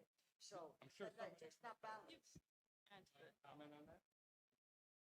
Thank you for that question, Diane. And going back to the vacancy rates for rent stabilized units, again, they are historically very low. There is definitely not 100,000 vacant rent stabilized units right now. And for your particular, I think that was a rhetoric that was being passed around by Chip about like how landlords are just unable to fix up their rent stabilized units and they're just unable to rent them out. So HPD actually did a survey to see how many of those units exist actually, like rent stabilized units that are just, in disrepair, and landlords in theory are unable to repair them to rent them out. And that makes up like a very small, insignificant portion of the rent stabilized unit market.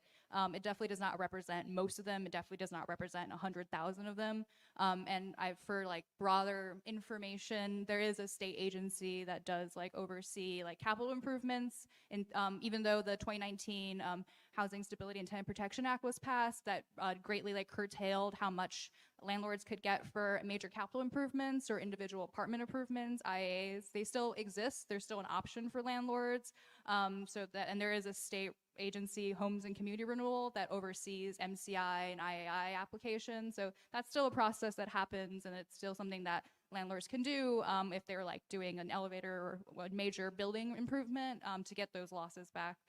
So those are still options on the table, but again, like this is not representative of the rent stabilized units that we have in New York City. Most of them are being rented out, are being occupied.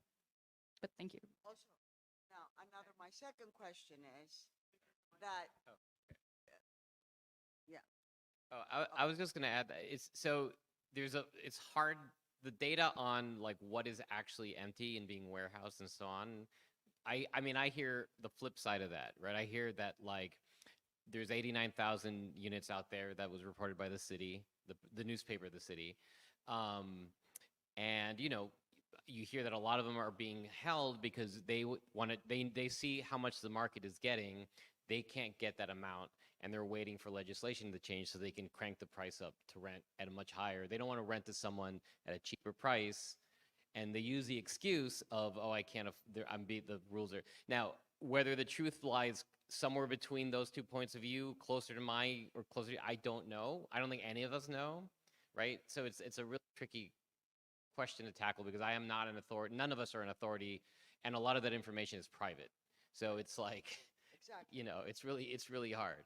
The other thing I was going to say, and I don't know again who's going to answer, because I do deal and I manage these buildings and I know, in one of our newer buildings that's 7 years old and we have some affordable units in there. There's been 1 or 2 units that have been empty for 2 years, which the city has to place a person there. We cannot rent it. And they haven't done so. The apartment is empty, ready and willing to be rented in A1 condition, and the city has not placed someone there in those apartments. So Yeah, I mean- that's just one building that I know that I have. No, and I mean, the truth is there are empty. Like Jenny pointed out, that there's 50,000 NYCHA apartments that just came out this week. That Right. sorry, 5,000. Thank you. That are just sitting there that have not, you know. Exactly. So it is frustrating because I think we all want to see everything filled. My question, this kind of goes back one question ago, and I'm just wondering, sorry, UAP, is that the acronym? So you haven't figured out what that formula is, right, yet? The affordability level, right. But it's already going through public reviews and so on. So is that formula going to come out before people vote on it, or is this? Oh, okay. Well, sorry, one more question and then I'll hand it over. I think, so that is cool. That sounds like a thing we can get behind, right? Like that sounds like a good thing. I think the sort of fundamental frustration for a lot of the community is that because we go back to so apart from that, I don't know what percentage of housing that's going to help. I know every little bit helps, so thumbs up. But at the same time, I know you are sort of handcuffed by the MIH, AMI for all the other buildings that we're talking about. So if we rezone, you're still stuck with that. So why can't we add to the city of yes? Why can't we revamp that part of it? Why is that sort of like an accepted? Oh no, and what we have now is just like I don't hear any talk about like we're going to completely gut that system that we all agree that 80% AMI is still not affordable to anybody. Why is that not like number one on the table of the city of yes, so that when we do rezone and because the thing is otherwise you're right, maybe you have to rezone to allow some of the good stuff to happen, but it also opens the door to a lot of the bad stuff to happen. So it feels like, why does it have to be one or the other? Why can't we put true affordability things and maybe build in some like subsidies from governments into this whole proposal so that we're not just saying, hey, it's all or nothing, you either accept it or you reject it?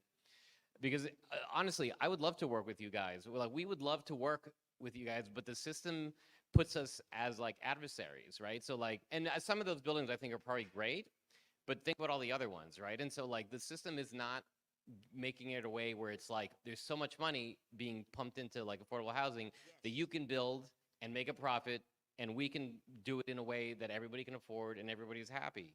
And that sucks because like we shouldn't be forced to choose A or B. And like, I understand you're like, well, we need to build and we're a company, we need to make buildings, right? Like that totally makes sense.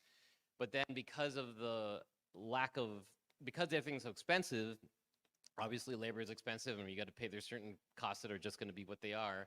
But why can't we all collectively push so that the entire premise of the system is that we are putting more, and it goes back to taxing the wealthy and all these other things. So there's just more money in the pool for all of us to do better things. So that's, I think, what we all want to get to. But because the way that, And I will add, because I am on community board, Queens Community Board too, one of the frustrations on Queens Community too, because we're the board that's like, we aren't approving anything unless it's 100% affordable, which doesn't always happen, but that's the stance we've taken. Why it's really frustrating when we're literally sitting in the community board meeting and we're like negotiating the percentages of AMI. Like that is not why Donovan Richards put me on a community board. It's not my area of expertise, but we're doing that and it feels like we're just on our own. First of all, our vote isn't even really it's not a whole binding vote, but it's like, and this isn't directed to you, but what I'd like to see with City of Yes, and this is the third one, is all the levels of government kind of come in and saying, this is what we can do, because AMI is a federal level issue, and there's some issues right now getting that changed through Congress, as we all know. But like, what about the state has a role in this because they offer the incentive, and right now we don't have an incentive, and the city and the federal government coming together and saying, here are the proposals, here are the things Community Board 2 or any community board that you can do to allow a community land trust, to allow, building and allow our community to have the housing we need. Thank you. Sorry, I feel like I'm rambling. We'll take this one through by one. So great reminder, we talked about the timeline for this text amendment. So right now we're still in our proposal development stages. So right now we'll be doing a lot of meetings such as this. We're having our monthly info sessions. And then sometime in the spring of this year, that's when we actually start the referral process. So we'll hit our first stop of the City Planning Commission, and then we'll go out to all the community boards. So you'll see me and Veronica again at your respective boards. And then it'll go to all 59 community boards, the borough presidents, and then ultimately it goes to City Council for a vote. And that will be roughly around the end of this year of 2024. Prior to that, before we refer, we will be releasing draft text, and that will be up on our website, and that's when we'll have more fully fleshed out details about the universal affordability preference. We'll also be doing an environmental impact statement, or an EIS, which will go through an extensive environmental review of all the impacts that City of Yes for housing opportunity may have, and that will also put some rough estimates for how many units of housing each of the proposal will produce. And a draft version of that will also go up on our website in the coming months. So we're still in the process of developing all these details. We won't definitely be doing public review before this information is released. And then going through some of those other things that were talked about, remind me if I forgot anything, but we recognize zoning is just one tool in the toolkit to respond to our housing shortage and affordability crisis. We are just one agency in a much larger conversation. As you hinted out, there are many levels of government that we're working with and the structures that we're operating under. But one thing that we've recognized is that zoning is playing a barrier to our housing growth. It's restricted our low density neighborhoods to produce single family homes, which has an exclusionary pass to it, and has also forced some of our neighborhoods, particularly like LIC, for instance, to disproportionately produce most of the housing for the entire city. So that's what our current zoning framework has really forced on, I think roughly 9 community districts produced most of the housing for the entire city, and we have 59 community districts. So the other 50 should really be pulling their weight to produce the housing that New Yorkers need. And one of the reasons they can't do that is because of these abstract zoning issues. So that's really what City of Yes is. It's a very much incremental, very basic changes that we're proposing, to be perfectly honest, but it is the first steps that we need to make in order to facilitate more innovative housing solutions, like what Fibro is talking about or what CLTs are talking about, or other solutions the future may bring us as technology improves. But this is things that we need to do in order to facilitate actual growth and change of meeting the housing needs we have. And you also mentioned interactions with inclusionary housing, both voluntary and mandatory forms of the program, I think. So just to clarify what the proposal will do, Universal Affordability Preference, or UAP, will replace voluntary inclusionary housing programs as they exist today. So that's the program I mentioned, has an 80% set AMI level, no income averaging.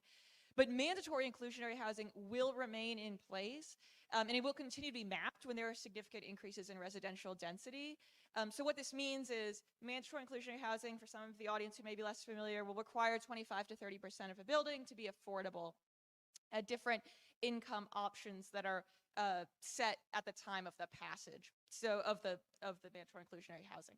So when UAP takes over, that'll be available in places where MIH isn't mapped, but where MIH is mapped, they will still have to continue to provide 25 to 30% affordable in accordance with the income levels required by the MIH area.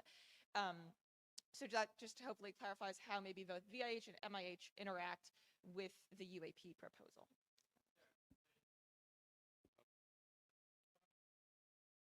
Oh, sorry. Yeah, sorry, your question was about the affordability levels that are in MIH?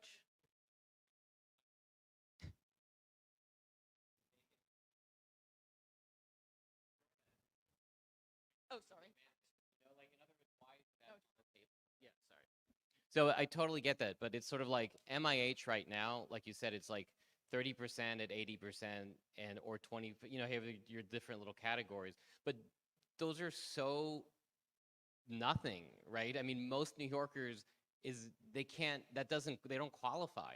the people that qualify at those levels is like, that should be the highest we should be paying. And unfortunately, that's like and I get it, like you didn't invent that rule, right? So like you're stuck using it. But if City of Yes seems to be like this big sort of sweeping policy change, how is that not number one on the table? Like, and I understand that might not be DCP's jurisdiction, right? But if you guys are at the table talking to the other city parts, why are we not pushing that as like, before we even move forward, number one has to be that we completely revamp this thing so that the affordability level, the minimum affordability level, is way higher than what it is now.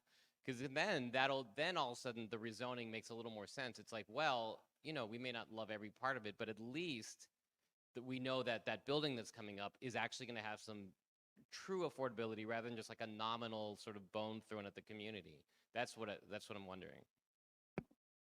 I just anecdote, like my own personal experience with rezonings lately. Option 2, which you're 30% at 80%, is like rarely approved. It's really option 1, which is 25% at 50% AMI, that is being really the only accepted MIH option that community boards and council members are approving at this point. So I think there is that low level of affordability done. And to address the UAPs, I think it's really a tool for 100% affordable projects, right? So I think it's a great tool that right off the bat, you're gonna get a 20% bonus, because frankly, if you have a market rate development, doing low-income units is not gonna pay for itself. So I think this is a really good tool for 100% affordable developments that right off the bat, you're gonna be producing 20% more units that you wouldn't have been able to do so anyway. So I think without MIH, without heirs being restricted to senior housing, it's a great tool to produce more low-income housing. Another point I just wanted to address as well is, in order to hit those deeper levels of affordability that we're all talking about, there needs to be a component of supportive housing in order to make the numbers work. And that is consistently the biggest pushback that we get from every single community board across the city. Nobody wants supportive housing within their communities. And in order to drive deeply affordable units, you need that component of supportive housing. So it's a means that everybody wants deep affordability, but nobody wants supportive housing. So we have to get educated on how these programs work and understand that, you know, it's like you take the good with the bad, I guess, right? But like there's these programs out there that are tools to finance these projects, and we can't say yes to one thing but no to another, right? So I just wanted to make that point.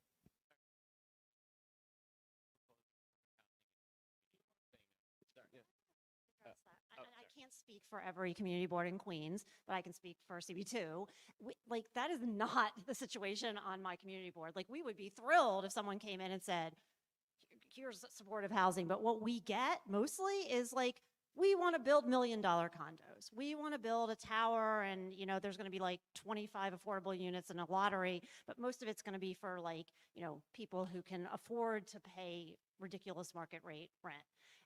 And then also apartments that are studios or small 1-bedrooms and not family apartments for, you know, with multiple bedrooms for families. Like, we're not, I can't think of maybe one ULURP where we actually had supportive housing come as a proposal, and we would embrace that. And I know that I absolutely understand that I am not speaking for every community board in Queens. Yeah, I mean, Queens Community Board 2 is a very unusual community board. I mean, I think, as Winnie mentioned, they're one of the 9 that in 2022, you know, was part of producing as much as the other 50. Those other 50 have opted out of, this is what Manny's talking about, have opted out of addressing the city's urgent housing needs. Were there? Thanks. A couple of questions that I have, actually. I want to bring up a few things. First of all, what was not brought up at all, and I'd like to get people's opinions on it, is a revamped 421A.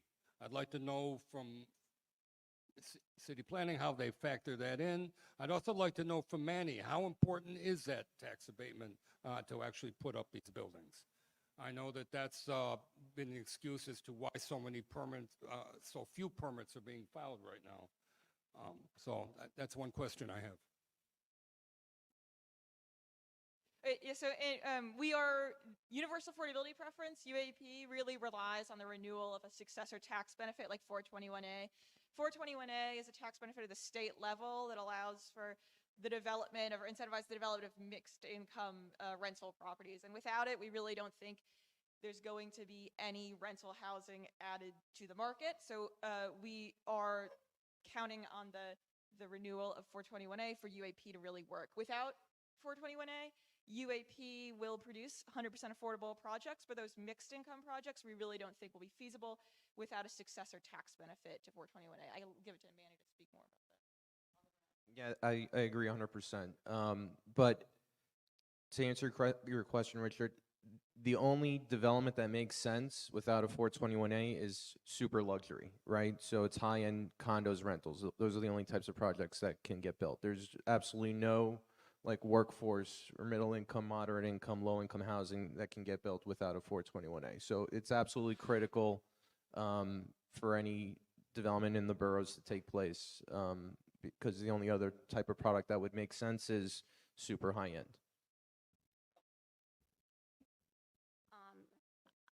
I'm not a fan of 421A. I don't think that's a surprise to anyone, but I do understand that if we're going to get anything done, we are going to have some kind of subsidy.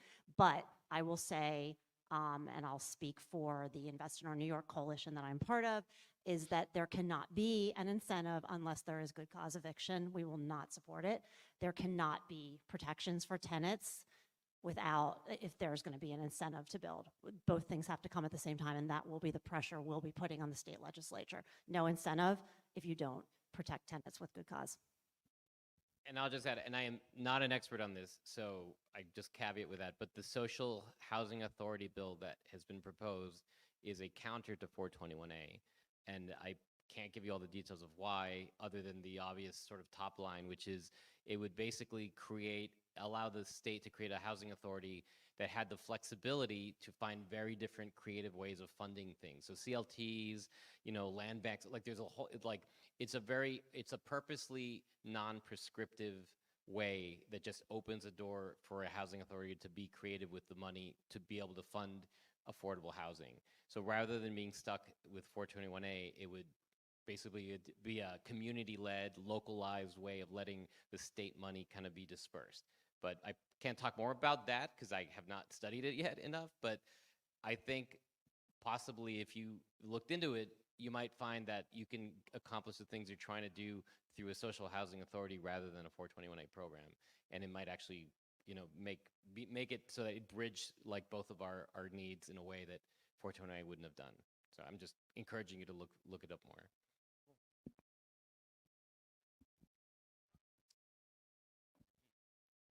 Yeah, just a couple other things. Oh, excuse me, Rudy? Go ahead. Nate, give you your name. Everyone. My name is Rudy Sarkezi. I'm involved like Richie Kuzamier with the Civic Association, which I started Civic Association in 96 for the better of the community. I have no interest to be a politician. I'm interested for myself, just for the community. And the issue with this problem with affordable housing, with the rental and things like this, part is the city or state. I think the rental control started in 1943 with the war we had to control, that time what probably was right. But I don't think so when you have a rental control, only thing you control is not working. No, we should have a control on the food, on the gas, and everything else. Those work. No, it's demand and price, what it is. So now it's a problem. A lot of things. I own a small building. See, I bought my beer in the 80s. I used to make at least 2 pages. Nice 25 pages to make it. You need a lawyer in order to make a lease. On a hallway, I used to have 2 pieces of paper. Now it takes the hallway. You need 30 things then to tell us all the regulation the city and the state puts on. And now, if the city has we the landlord, smaller landlord, they have to fix an apartment before you could raise the rent what you spend. 40, was it 40% or like that? Like it? Now it doesn't give you nothing. So how would the landlord, and the tax goes up, the fuel goes up, and you can't raise the rent. So that's why the apartments are going to be empty. Who goes and suffer? The poor, the people who look for the apartment. That's just going to suffer. You know, I have one guy, one renter there. He's there, you be born there. You vandalized the building, and we have a camera there. You broken twice. You know, he's been arrested, goes to court. Next day he's out, so he does more. And he's not paying the rent for 2 years. That's what the city's fault. You know, it could be the city council, I don't know what it is, or the mayor, who is the mayor. That's what the problem is. The people who is governing the state. You know, the crime. Look at the crime, what we have. What is the fault?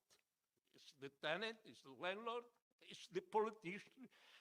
What it is today. We have a big problem with the city, with the state, probably government too.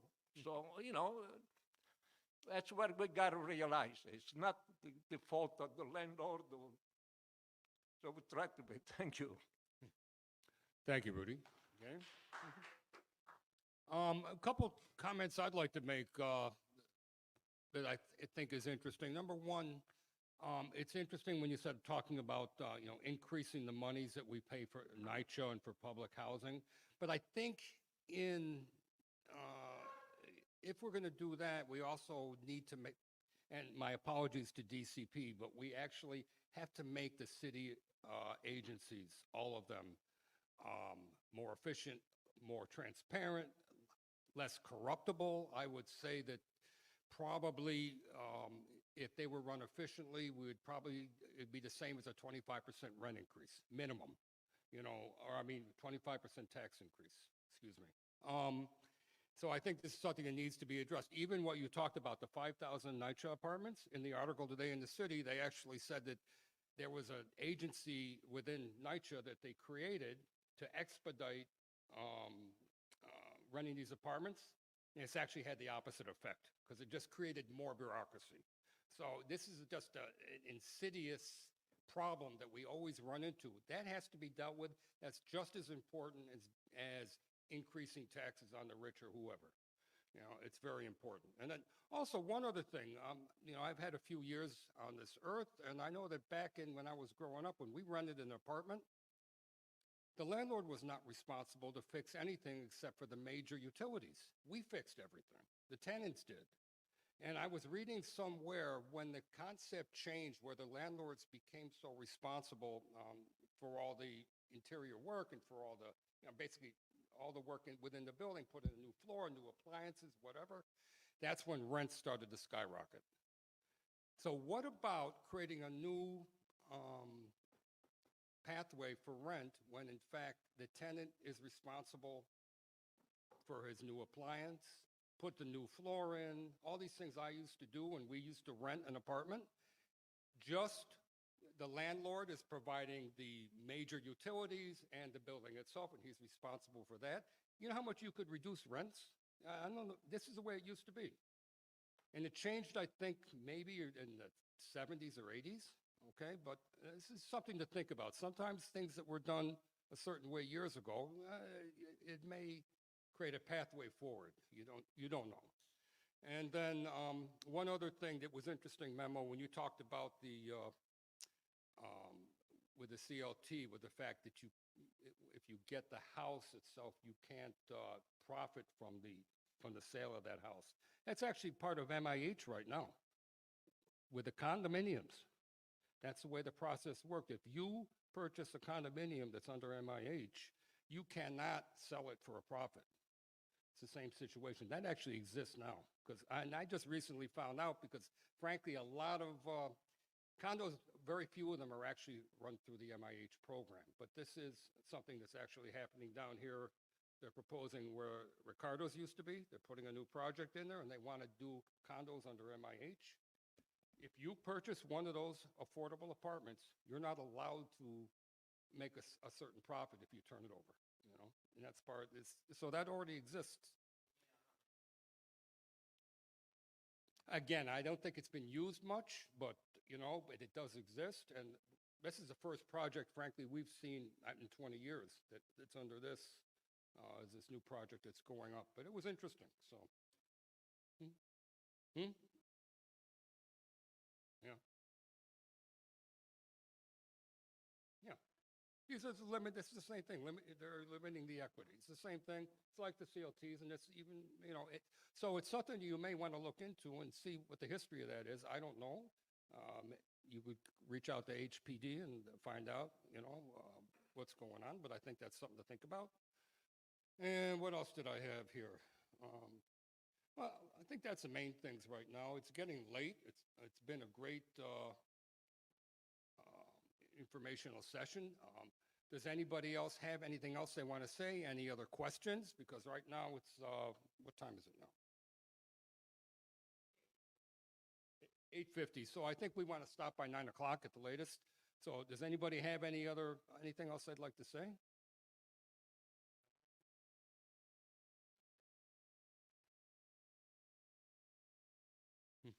How about Vic? Oh, go ahead, right there, use the mic. Introduce yourself. Hi, everyone. My name is Pamela Herrera. I used to be a tenant organizer here in Western Queens. And I like your idea about how you used to have to invest in your own unit as a tenant. However, you don't have any equity in that and you don't own it. You could if you don't need a repair, and sometimes repairs are very costly. And that's why if you're a landlord, you take on that responsibility and why you have insurance for these things. So that was just my comment for having to invest in a unit that you don't own in the city. And I think that a lot of people in New York want to be able to own their own homes. And I think it's very difficult right now. And I think that's what we're striving to work on with the CLT. So deeply affordable.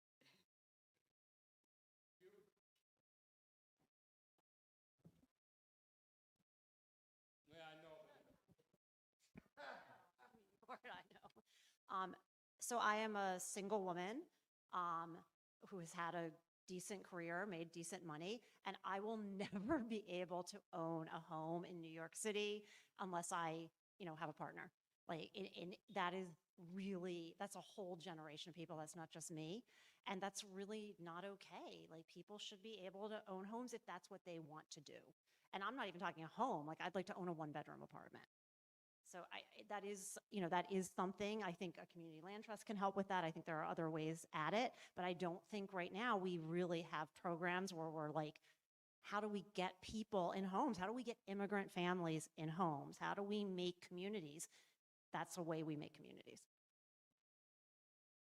Yeah, and then that's a whole other secondary issue, because Queens, I believe it maybe still does, but at one point had the most immigrant and Black homeowners. And I think during COVID, well, actually probably during the financial crisis and then during COVID, that started to decline. I don't have numbers or percentages. I'm basing this off of something I probably read years ago, but we should be preserving that. We should be celebrating that and uplifting that, because I grew up in a suburban community that was a bunch of white homeowners because of racism in the 1960s before I was born. Like, we should be celebrating that we're in a borough where we actually have immigrant and Black homeowners, and it's not just a bunch of, like, you know, wealthy white men. Sorry. I just want to sort of your questions, the bigger picture that your questions are asking goes back to, like, we all want solutions, but you can't get away from, and a lot of the things this gentleman was talking about, like, it's true, there's not like a black and white answer for a lot. There's very nuanced. There's good players all over and bad players all over, and systems are always flawed. And so you invent a rule and it creates more problems. And we understand bureaucracy, nobody, you know. So that is true, but underlying all of that is we do not live in the country that people lived in the 60s, which is before my time, in terms of how much wealth existed for the public to use, to build and create things. And that's why so many amazing things were built, you know, post-World War II. There was all this money, and that money is now concentrated in a tiny percentage of people. And until that changes, we're gonna be running around and spinning wheels and not really accomplishing anything. And that's very frustrating for all of us because we probably have careers and things that we are passionate about for different reasons. And the truth is, like, our legs are chopped off. We're never going to finish that race because of this huge economic inequality. And so, like, all the answers point back to that, like pulling all that of money that should be taxed money that should go back into the community. And you're right that the fixing the bureaucracy will, you know, help a lot, and there's inefficiencies. That is all true, but that is dwarfed by the reality of how much money exists in the hands of very few people. So that's the number one thing we all have to, and it's not even about like turning this into like a communist country. It can still be capitalism. It can still be private businesses making money. But I mean, it was in the 60s. We didn't live in a communist state in 1960, but 90% of your wealth was taxed if you were above a certain amount. That is gone. So, you know, and corporations have been doing that, you know, like Apple, Amazon, all of that money we're not getting, so. And you can, if you really want, but I know we need to end, I have charts that will show you that when we were taxing the wealthy, when it was progressive taxation in this country until roughly 1979, our economic equitability went up in this country. And then when we started with a more trickle-down supply-side economics with Reagan, that inequality grew. And I have them, and I'm happy to show them at some other meeting because I know we probably all want to go home and eat dinner. Thanks. I was going to say thanks for joining us, and we hope you'll remain engaged with you. Are you going to share our information? I was just going to, yeah.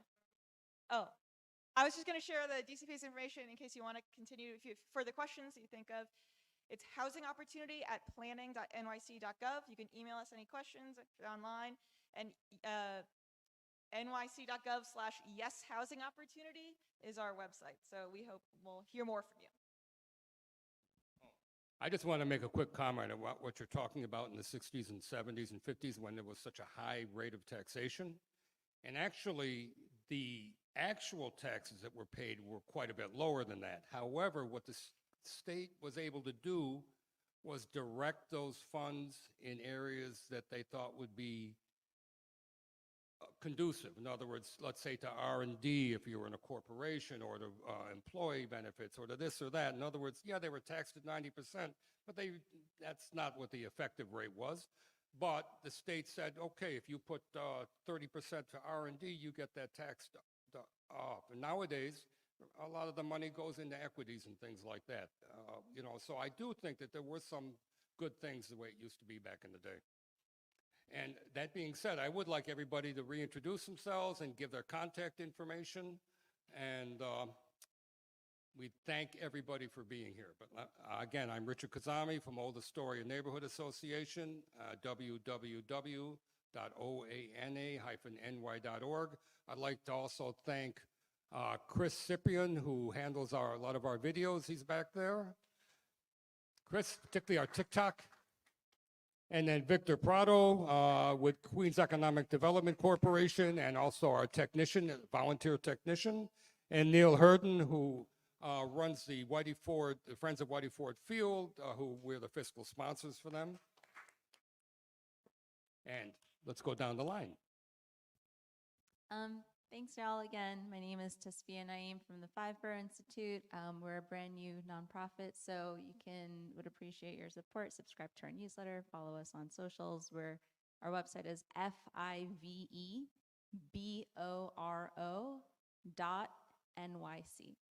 Thank you. I'm Winnie with the City Planning Housing Division. Really grateful for you all's attention tonight and your thoughtful questions. Hopefully we can continue this conversation. Definitely feel free to reach out. I'm sure you can email Richard, grab our emails if you want to email us directly. Like, we're definitely happy to answer any further questions or continue tonight's conversation. Thank you, everyone. Emmanuel Kokonakis, Mega Contracting Group. Our website's megagroup.nyc. Memo Salazar, and we're Western Queens Community Land Trust, but you can reach us at, you can check out our projects and sign up for a newsletter at wqclt.org. And anytime you want to ask questions or talk to us or whatever, if you have a plan, if you have a community need, info@wqclt.org. Reach out. We're more than happy to talk to anybody. I'm Danielle Brecker. I'm here tonight with the Western Queens Community Land Trust, but I am also on Community Board 2 in Queens, and I am, I will just say it, the Democratic State Committee person for this district right here. And if you all want to talk to me about any number of things, come up and see me because my email address is really long.